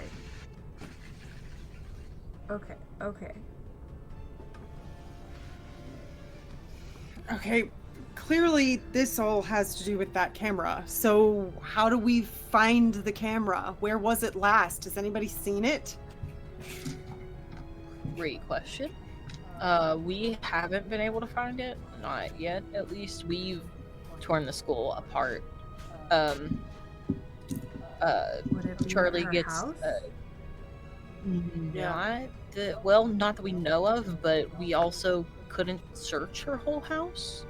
Her parents were being super weird about it, so we only got a few things taken care of. We got the bathroom because that's a really easy excuse. We got a little bit of her bedroom, but her mom came to look because we said we needed a book for class that Scarlett had, but we couldn't search the whole place. There was just no time and no good enough excuse for an adult to believe us, especially when they just reported her missing 2 days ago. Yeah, you might just make yourself look suspicious at that. Yeah. And Maybe it's not like the sheriff takes too kind to people our age if you didn't gather that from the whatever that was this morning. Yeah. maybe Yeah. it's in a place outside somewhere, like a meeting place that she might have hidden it. Um, I mean, not that I can think of. And Lucas kind of like looks through the group. Sophie looks up just a bit, but like for a second doesn't say anything. And Charlie shakes her head no. Oliver kind of speaks up and says, the only places that I knew she ever kept cameras were her bedroom, her bag, or the dark room. If you all didn't see it in the dark room, and it wasn't in her bedroom that we could openly see, then I don't know where it would be. And Sophie sort of picks her head up a bit more and goes, um, it, at Lucy's. I think it's at Lucy's. What? Lucy's Okay. the diner. Um, we had a meetup spot there. Oh, then we should go there. We should go there. I guess after school. Right, yeah. Yeah, I could go. And she signs to Charlie not very well. You can definitely tell that Sophie is not as good at it as Lucas is. But she can do the basics enough to ask Charlie if she wants to go to Lucy's after school. And Charlie taps her watch that she has on, and Sophie just nods and goes, "Oh, Charlie can't go today. She's got piano after school. Her parents make her do it. It's like it's not for sight reading. It's more like piano repair. Her dad owns the music shop, so Okay. yeah, it's really weird. I think her dad just has this like ultimate dream of being a musician, and he makes his whole family do music shit. It's really stupid. Um, but he watches her like a hawk, like constantly. I would not ever want to be in his way. Yeah. That doesn't sound good. Okay, well, time is of the essence. Do we go with whomever can come? Yeah, I think so. Charlie should be fine. Okay. And she kind of looks over to Oliver and Lucas and goes, "Which one of you want to watch today?" And they both kind of look at each other, and Oliver goes, "I think I think it's my turn.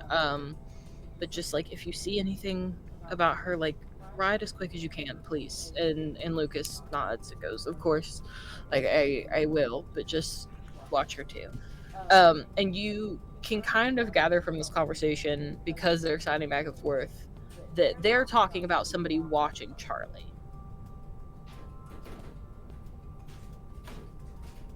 Why would anyone need to be watched? They kind of like they sign to Charlie for just a second, and she nods, and then they stop. And they kind of turn towards you, so she can't read their lips. We think something might have happened to Charlie. Like she told us a couple times about being able to see writing on the wall, and that she thinks it might be dreams, but that's how it started for Sophie. And things have just escalated very quickly, so we tend to keep someone with Charlie, and we keep making the excuse it's because we need to learn more sign, or we can help interpret for customers or something, but we just in case. Why would she hide it? She doesn't want the help. She says she doesn't need the help. And while we love her and respect her and her opinion, Jason looks a bit worse for wear, and we kind of figure that's where Sophie will be approaching very soon. and we can't stop everything in the world, but we can at least try. So Sophie gets one of us, Charlie gets the other. Okay. Okay. So we're going to Lucy's after school? Yep. And Lucas nods and signs to Charlie, and you can see him finger spell Oliver out. So you assume that what that message is that Oliver is going to go with her after school, and that Lucas and Sophie will be going with you all. Okay.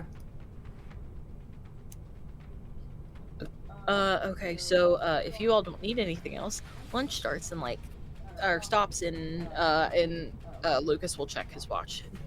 Maybe 10 minutes. So if we have anything we need to do it now, or I'll see you all at the bike rack after school. Unless there's anything else we need to know that you all haven't told us, or I don't think anything we've forgotten. I mean, I imagine we've shared all the information that we have, and vice versa. Okay. I cannot Lucas kind of racks his brain for a second. He's like, I think you know as much as we do. I can't think of anything else, but if I do, I'll give it to you after school. Okay. All right. See you at the bike racks. And with that, Yeah. he will take Lucas signs to Charlie that they're good to go, and they leave. Okay. Sophie Yeah. kind of picks up her lunch and stuffs it all back into that brown paper bag, and grabs it and comes up towards you, kind of to have a comment as she is leaving. Good job on saving Jason. I unfortunately think that there have been other people in town that haven't been as lucky, but for some reason the cops don't seem to care. Like who? And she kind of starts to walk backwards. And she goes, I'll give you the list after school. But most of them are people that you wouldn't really miss. And with that, she turns back around and walks out the door. Okay. I mean, yeah, I think Skylar would finish up her lunch and then do the rest of the school day. Fantastic. And what about you two? Oliver is still in here.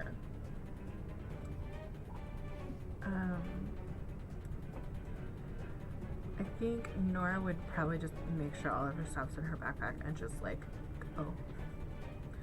go about the rest of her day. She let too much go. So she's gonna go try and pay attention in class. That's fair.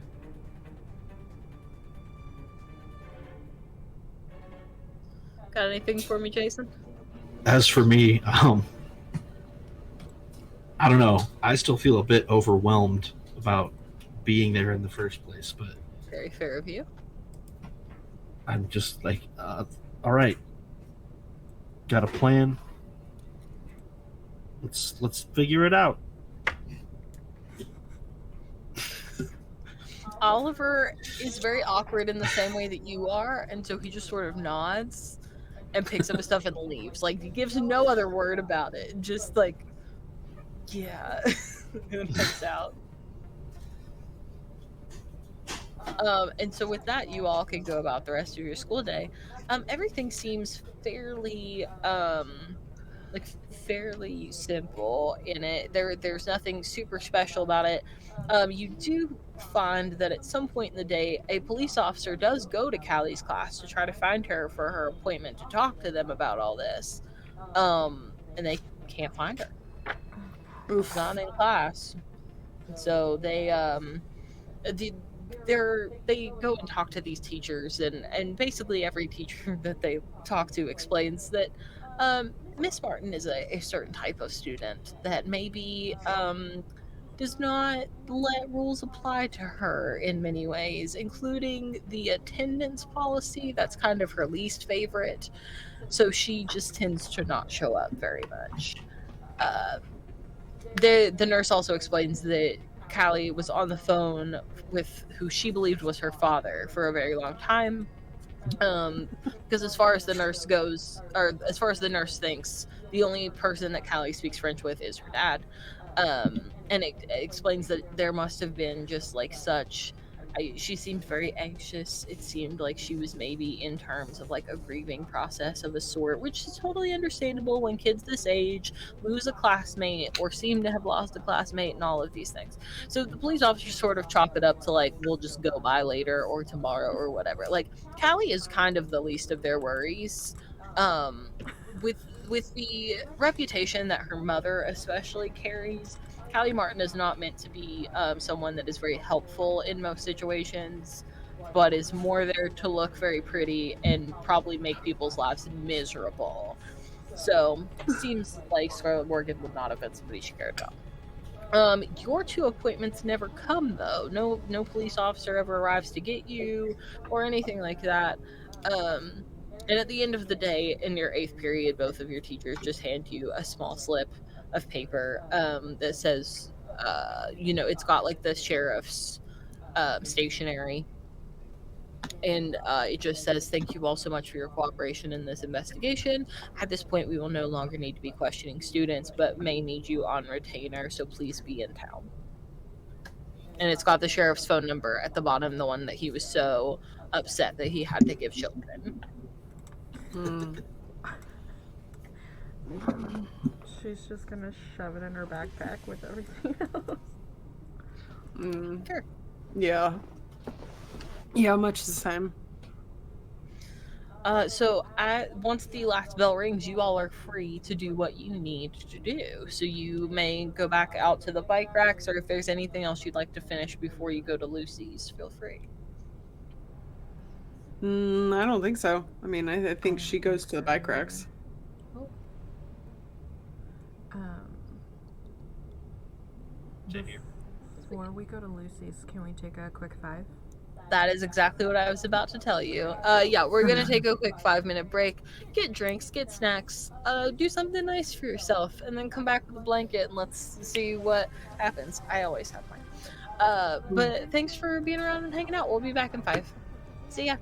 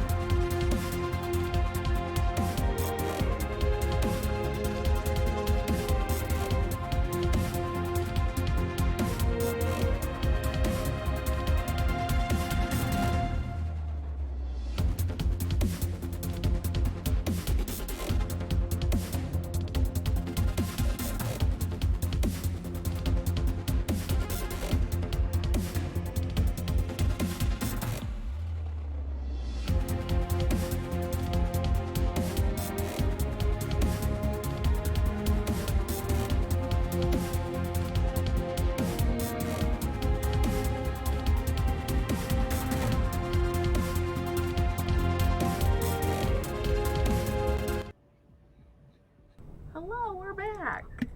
Hi, did you have a nice break? We definitely did. Um, I didn't go up stairs and get another drink. I should have. That's what those breaks are for, but it's fine.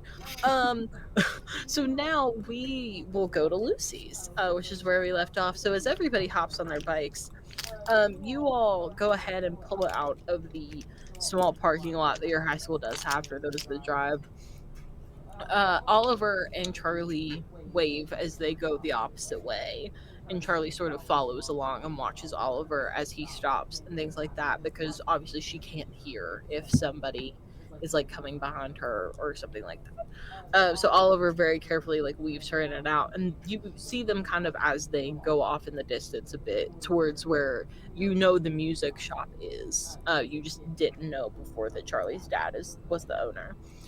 And you all go in the opposite way towards the center of town, which is where Lucy's is, along with that park and the other buildings that we talked about earlier.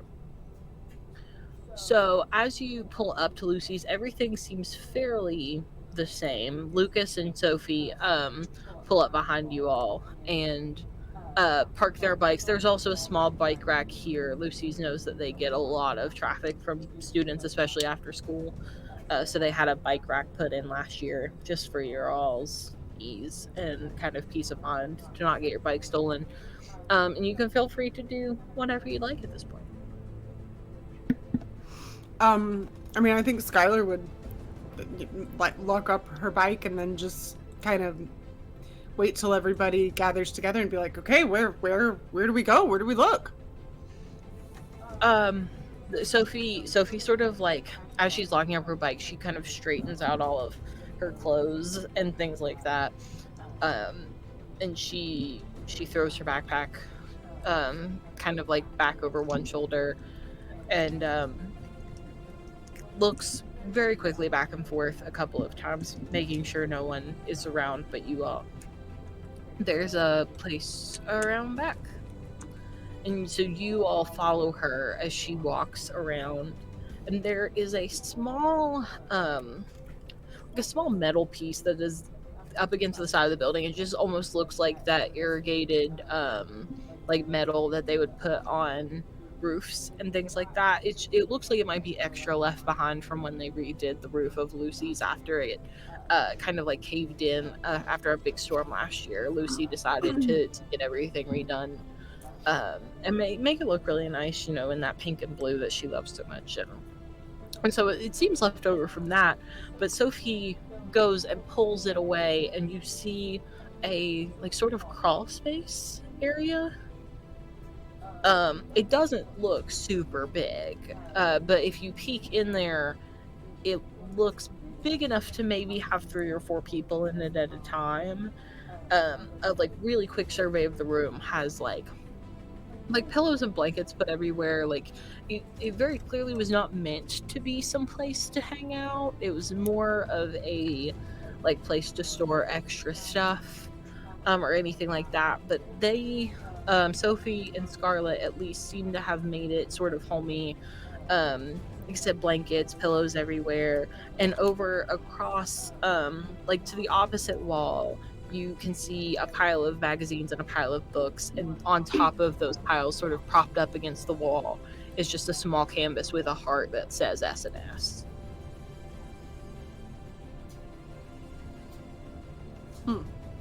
Okay.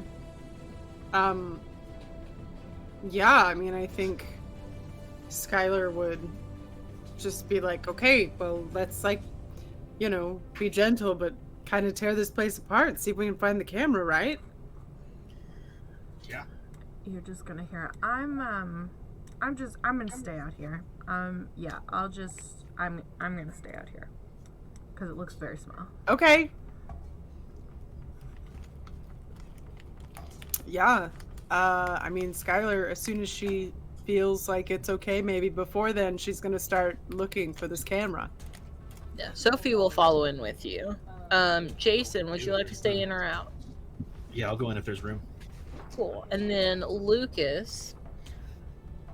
Let's roll for Lucas. Lucas will stay out here. With Nora.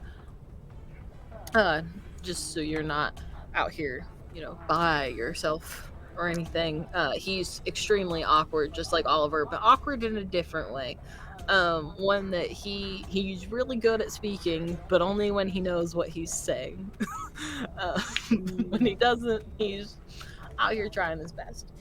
So you two go in with Sophie. Like I said, it's a very small opening. Like you pretty much have to crawl to get into the room, but when you are in the room, it is tall enough for you.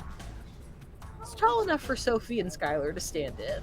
Jason has to hunch down just a little bit, because he's pushing 6 foot, and this room isn't quite that big.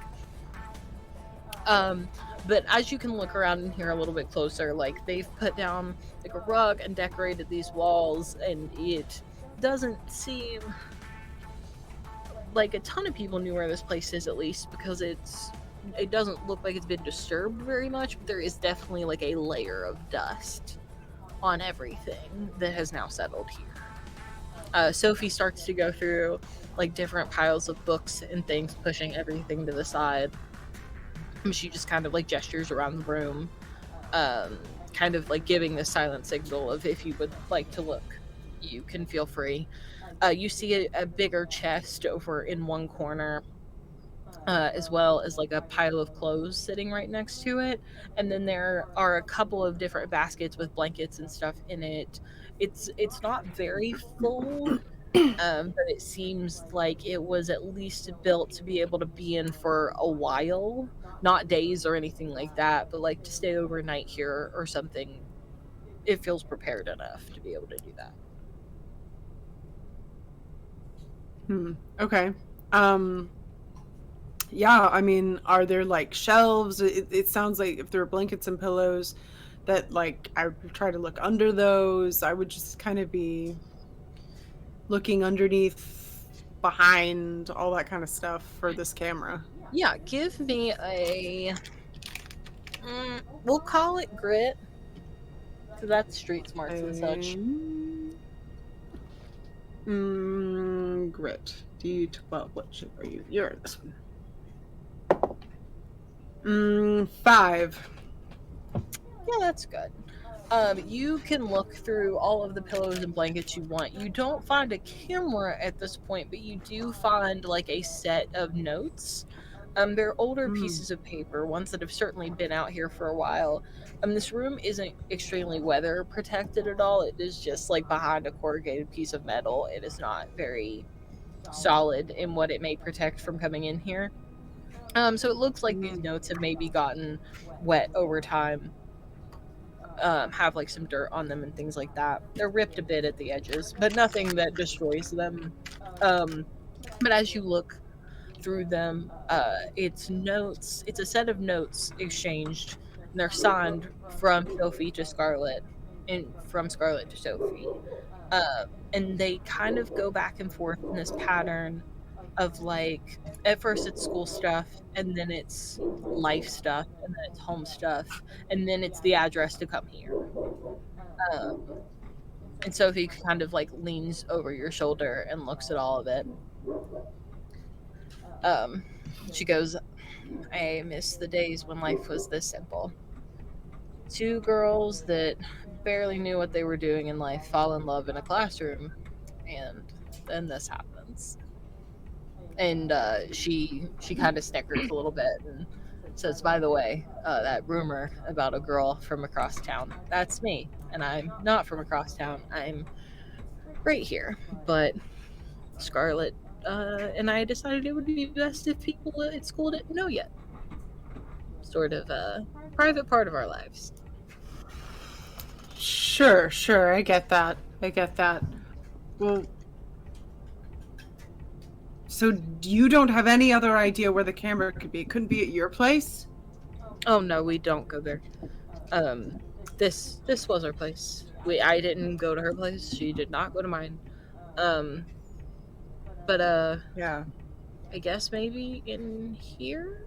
And there, like, she points over to the big chest that is over in the corner, like beside this stack of clothes that, if you kind of like even look out from the side, you can tell some of it is very much her style, which is like athletic, where it's like sweatshirts and things like that.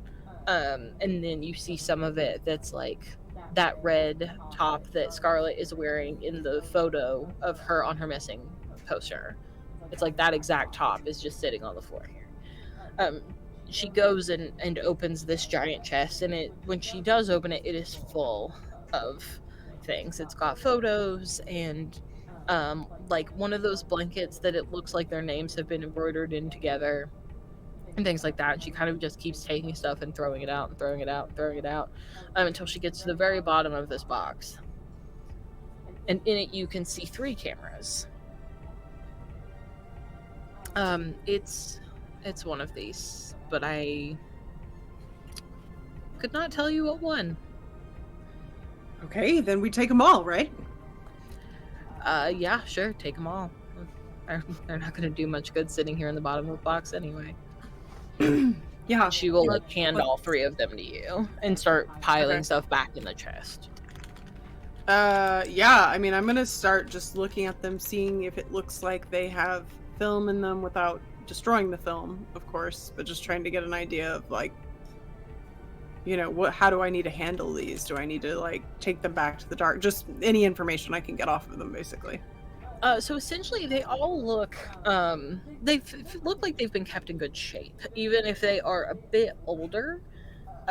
Especially, there are a couple that are probably 80s cameras, and one that was probably like an early 90s camera. But like I said, they've been kept in very good condition. The film.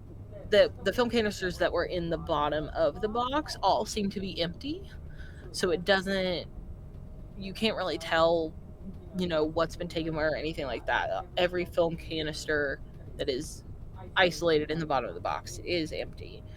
They all have fairly nice looking straps on them. It doesn't seem like any of them were like more recently used than others. None of the straps themselves have like a lot of wear to them, like it's one that's been used a ton.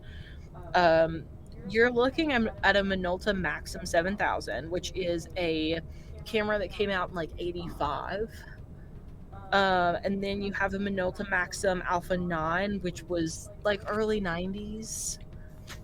And then the Nikon N90S, which would have also been like the early 90s, late 80s, that sort of thing.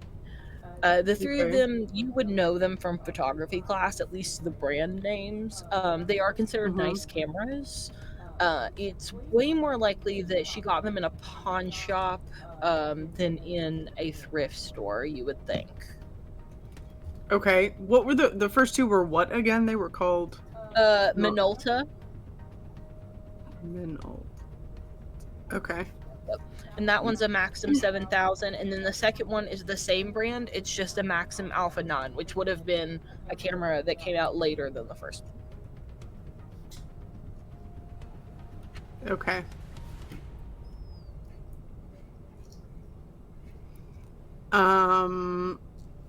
Okay. Yeah, I mean, would I have any knowledge about I mean, you said I would basically know them, but not necessarily more in depth than that. Yeah, like the brand, you know that they are considered fairly nice cameras. Minoltas can be fairly common, although you haven't seen the camera from 85 in a bit, even if you have it all. It's way more likely that you just talked about it in class. It is a camera that's over a decade old at this point. The other ones are probably 7, 8, 9 years old, something like that. But like the first camera would be like 12. Okay. Okay. I mean, Skylar's gonna say, my guess is it's the oldest camera. It's just simply because it's older, and those usually are creepier in items, is my experience. But you know, what do I know? Correct. Sophie kind of laughs and goes, "Yeah, I did think so. I don't know a lot about photos. Scarlett just took them, and she loved them, and so I loved them because I loved her." Why do you all keep talking about her as if she's died? Because I can't find her, and it is a lot easier to cope if you think there's no chance of getting her back. I mean, I don't want to you know, create a false hope or anything, but I saw her and I'm here, so I don't think dead is the right word. I mean, it may very well be that she's irretrievable, but I don't think so. I woke up and got back. Maybe we just need to find her, where her body is at, and we can do the same thing. The Like, thing is, I she's don't think not her body's here. gone. Well, all I'm What do you mean saying by is here? I don't want to, give you too much hope or anything. I don't know what's happening, but it's more complicated than the dead and alive. I'll tell you that right now. Well, I guess I'll take any bit of hope that I can get. I don't really want to spend the rest of my life wondering what happens. If I have much time left, to be frank. Between the visions and the voices and the everything else. The voices. Well, Yeah, every once in a while it's just like at the edge of my brain, like not enough to be able to tell what's being said, but I know somebody's there. like what I heard when I was, I guess there's not really a way to relay that. I mean, when I From was in the same place, that's what I heard, sort of.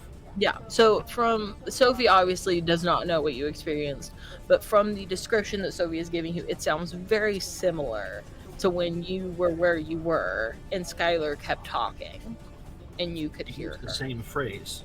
Yeah. The edge of my brain. So I don't know. I mean, that doesn't sound bad to me necessarily. Maybe it's her communicating. I don't know. I heard something similar. I hope so.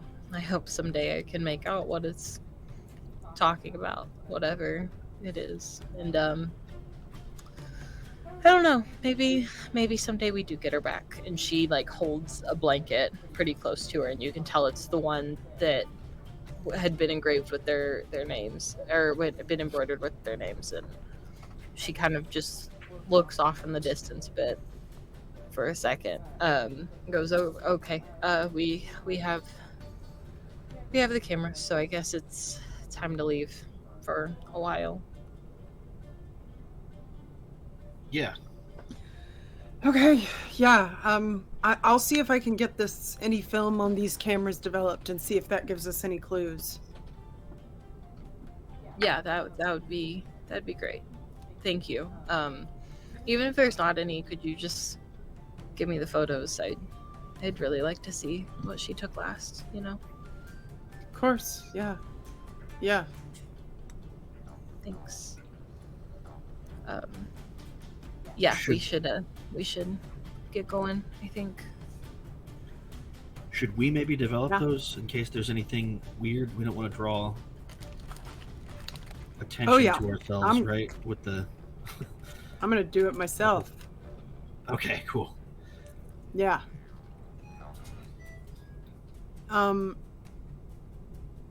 In fact, I feel like I can't imagine that Skylar has her own dark room. She might have a way to do it, like in a bathroom, I guess.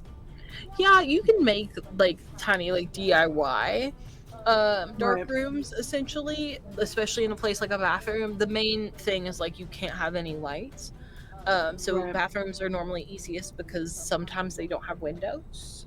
Mm-hmm. You definitely have the dark room at the school, and you had heard a rumor once that Scarlet had a dark room off campus, but you would have no way of knowing where it was. Even to a fact that Sophie may not have known where it was. Hmm.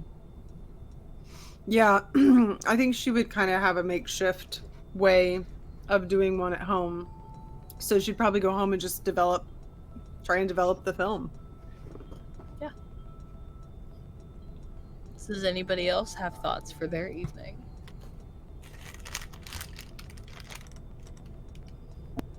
I mean, Nora's probably just gonna go home and do homework and study. Pretend today didn't happen. Yeah.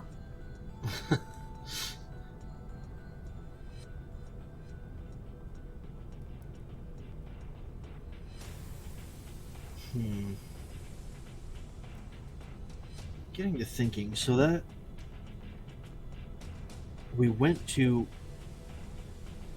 like a historic part of the school to send me back. Mhm. So it was at least in part some reflection of the town. Is there that same hotel signage somewhere? You would know this, I would think. I'm not going to make you roll for it because you are a scout. You know your surroundings fairly well. I would think that would be one of the first things you learned in scouts as a kid. Um, you do recognize that sign. Like now that you think about it really hard, there is a sort of toward the edge of town up north. There is a small cluster of buildings. And you know by now they're extremely run down. No one has occupied them in years. And to be fair, the city should probably just condemn them and tear them down. But there is a building that used to be a hotel that has a giant sign on the outside that you think is maybe not exactly what it looks like, but it's fairly close.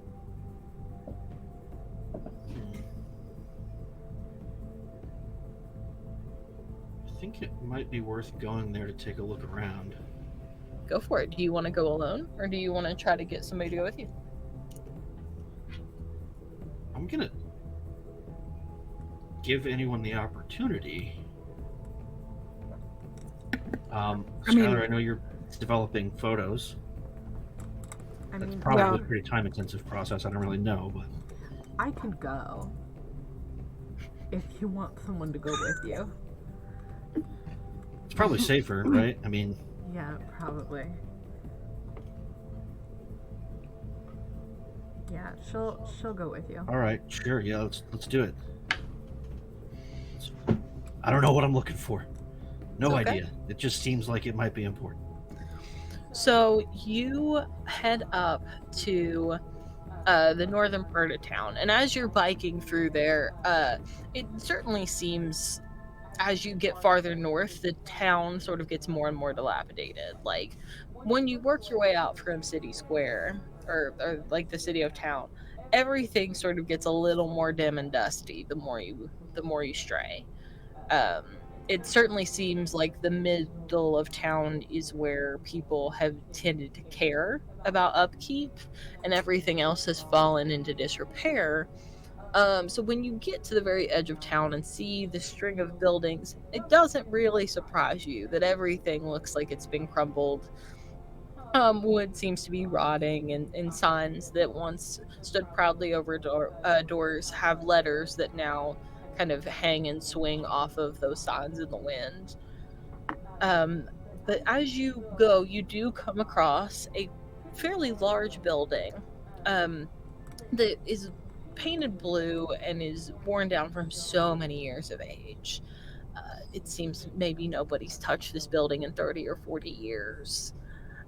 And as you try to walk underneath it, you can see that the sign is barely hanging on to the building itself. Like it is just so far gone at this point. And as you look up at that sign, it almost flickers within your vision between this moment in time where you stand and look at this broken sign and what you saw in the other world of a very nice looking hotel with a very nice looking sign. One that didn't seem aged, and honestly seemed maybe brand new. Hmm. And there was an encampment around here, right? There Or were what there looked were like one. tents.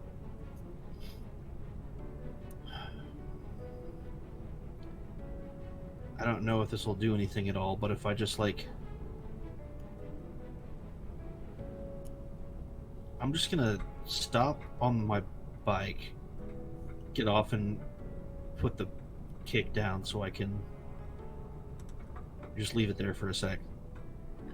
On a spot close to there, I just want to sit down and just stop and listen and see if I can,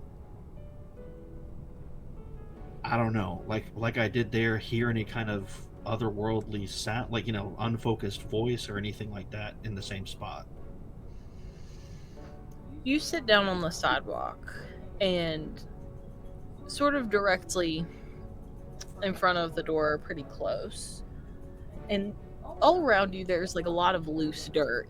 Again, these buildings are old, and some of them are in the process of being torn down. The ones in the immediate vicinity haven't been, but you're really not even sure how they've survived this long.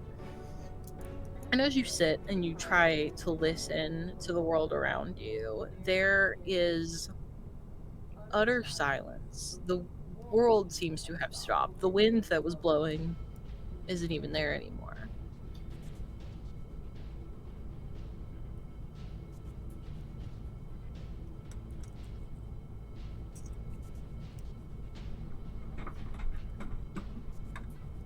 Give me a brains roll. Your DC's 8. Okay, I'm taking the half. Sweet. Sounds good. So you sit there, and Nora, are you sitting with him, or are you? I do What this are you without doing? saying what I'm doing at all, so it's No. probably just Fully really believe that. She's probably just kind of standing there looking around because, like, she doesn't want to get caught, but she also doesn't want to leave him by himself. So she's just kind of like checking their surroundings every couple minutes.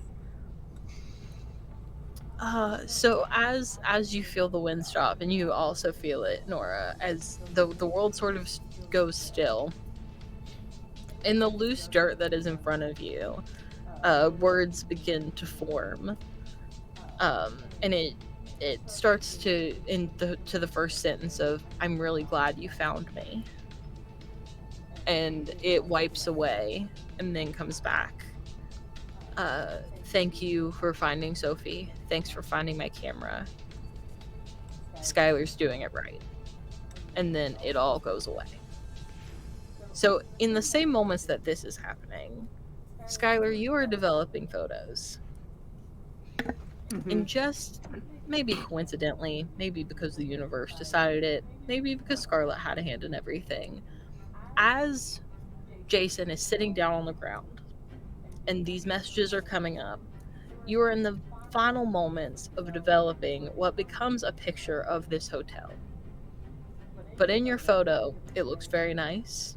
The sign is perfectly intact and glows where the light bulbs are in its words.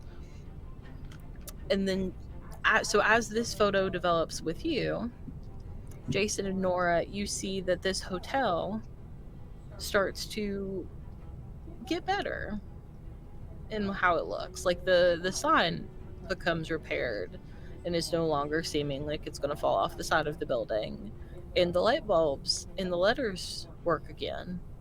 And the, outside, which was this faded blue from years of age, now looks like a brand new paint job.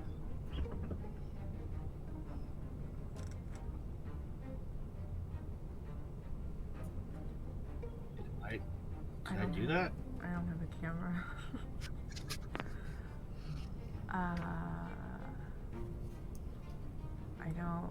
I don't know. Should we? Does it look like there's any activity inside? Any lights, any sound? Now that it's restoring magically, unsettlingly? I'm going to say that it is. I'm going to say that you can hear sounds from in there, but don't see anyone moving and don't see any lights.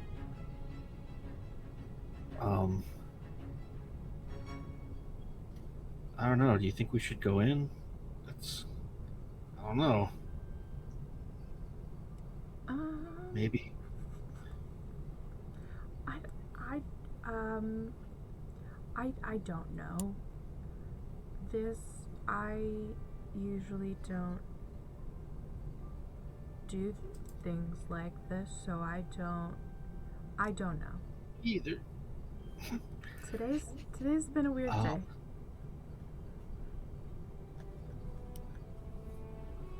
It's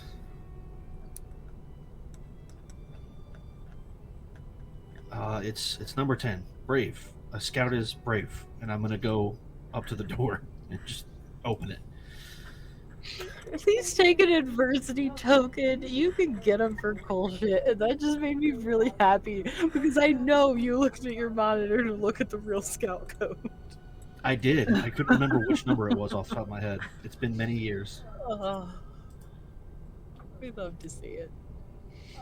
So yeah, you go to charge into this hotel, and when you open the doors, it looks very nice, but all of the lights are out. Like what you would have assumed that the inside would have matched the outside a few minutes ago, but now like the countertops seem nice. There are some chairs kind of strewn about for people to sit in while they wait for what you would assume is someone to check them in. And there's like a very nice staircase with a big banister. But right now it's completely empty. You can very quietly hear different people mumbling just about different things, like people sharing life stories, people talking about how they traveled here. Just this big like mishmash of people talking about things, but nothing that seems like nothing that sticks out as important or nothing that sticks out as super special. It's just the random ramblings of the people that you assume were here at one point, even though they do not currently sit in front of you.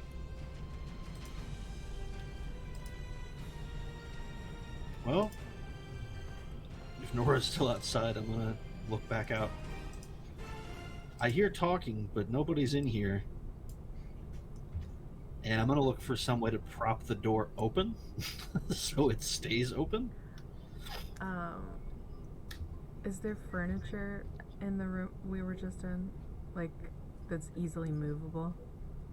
Oh, there are chairs and stuff that wouldn't be super heavy. Okay, you're Yeah, she's just gonna go get a chair and like wedge it against the door, and then like slowly walk in there with him. I'll kick it a couple times, give it a gentle kick. I'm like, all right, that's good. Make sure it stays. Is there a blunt object that's not too heavy, but is like easily portable that she can pick up and take with her? Would you like to request something specific? Because you've given such a vague description. No, that's why. Like, if she just sees something laying around that she could use as a weapon, like that's what she's just gonna grab something.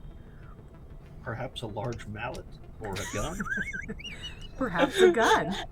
just the casual gun that's sitting on the counter at the hotel. I will give you. Perhaps a There is baseball like bat. I can't think of a good reason to put a baseball bat in this lobby, which is why I didn't go straight to baseball bat, though it did press my mind. There is like a heavier, like there's like one of those bucket things that you put umbrellas in when you walk into a nice fancy place so you don't get the water all over the place. I would say that there's like a very heavy duty umbrella in that bin if you would like to take that umbrella to hit people upside the head with. I support you. I'm gonna take it. Great. Fantastic. As you all walk through this hotel sort of and keep looking at things, Skylar is still developing photos. And you can slowly see that as you're walking through these rooms, they're almost repairing themselves in front of your eyes. Like the wallpaper that's been peeling away, the like paintings that were old and sort of not very easily readable anymore are all back to normal. And as you walk down this sort of back hallway that you all have stumbled upon, it leads to another corridor full of rooms. But at the very end of this room, you all see, and this photo develops in front of Skylar in real time together.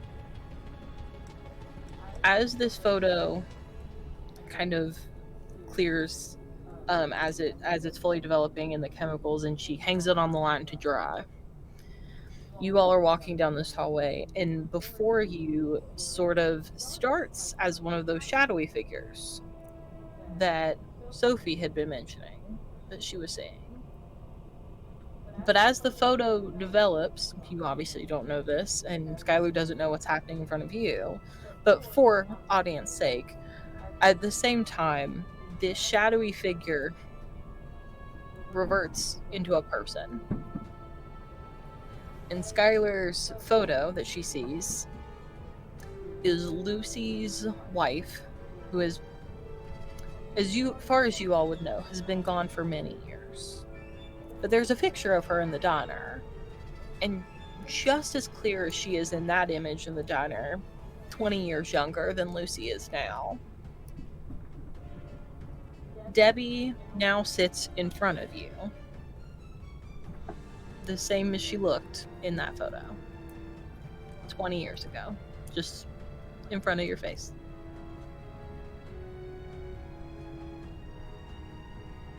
You know what? I think it's a good time to end. I think we're just going to end there. I think it's very casual ending. I'm a whole 12 minutes early. We don't need to get into anything else tonight. That's fine.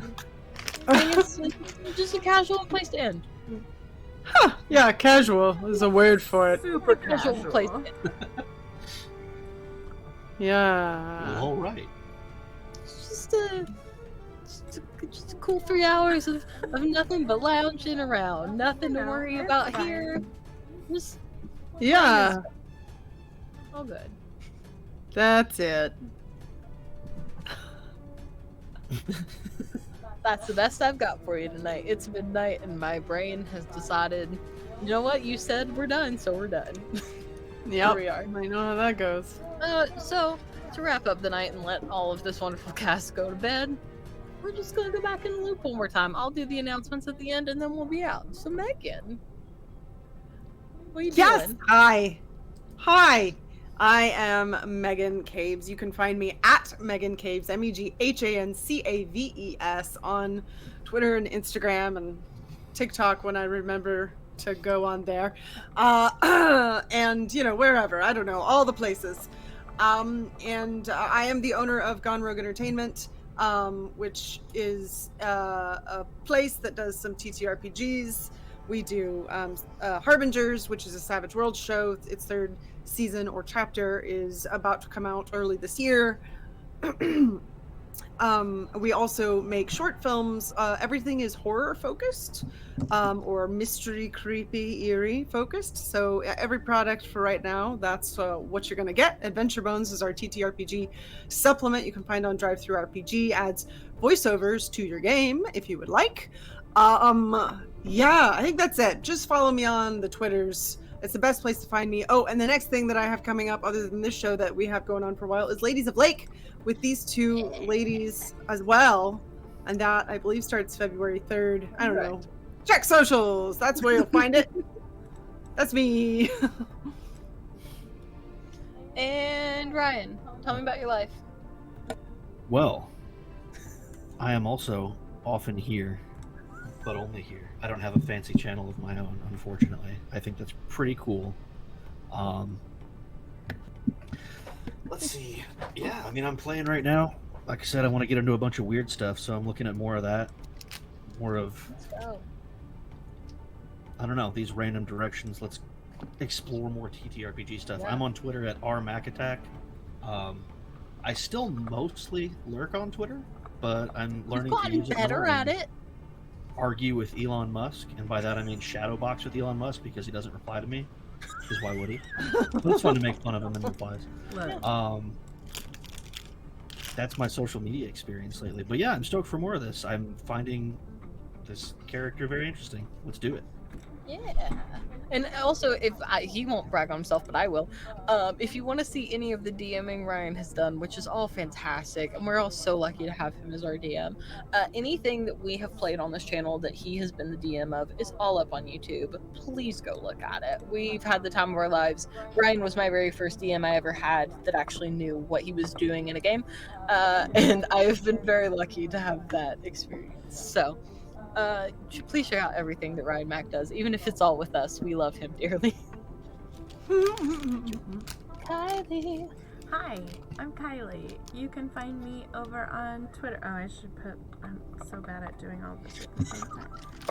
We're getting used to it. It's okay. There's my link tree. It's got all my things on it. I don't have Hive on there. I need to update that. But you can find me over on Twitter at Viking_mermaid. And yeah, I'm here. This is what I do. I help make this. Also, if you want some fun times, go check out our Discord. We are getting more active on there. I realized I should post a picture of the giant monster you guys hear barking during our games, because that's what he does. The official channel mascot, Henry. He really is. He's a big goof. But I am here on Mondays, and I'm here on Wednesdays. And I will be over on Femme Gamer Party for Season 2 of Ladies of Lake, starting February 3rd. I believe they said that it is all up on YouTube. There may be one missing episode. I think Allie said there may be a missing episode, but Yeah. it is all up on their YouTube, so definitely go check that out. It may still be listed under Ladies of D&D right now, but definitely go check that out.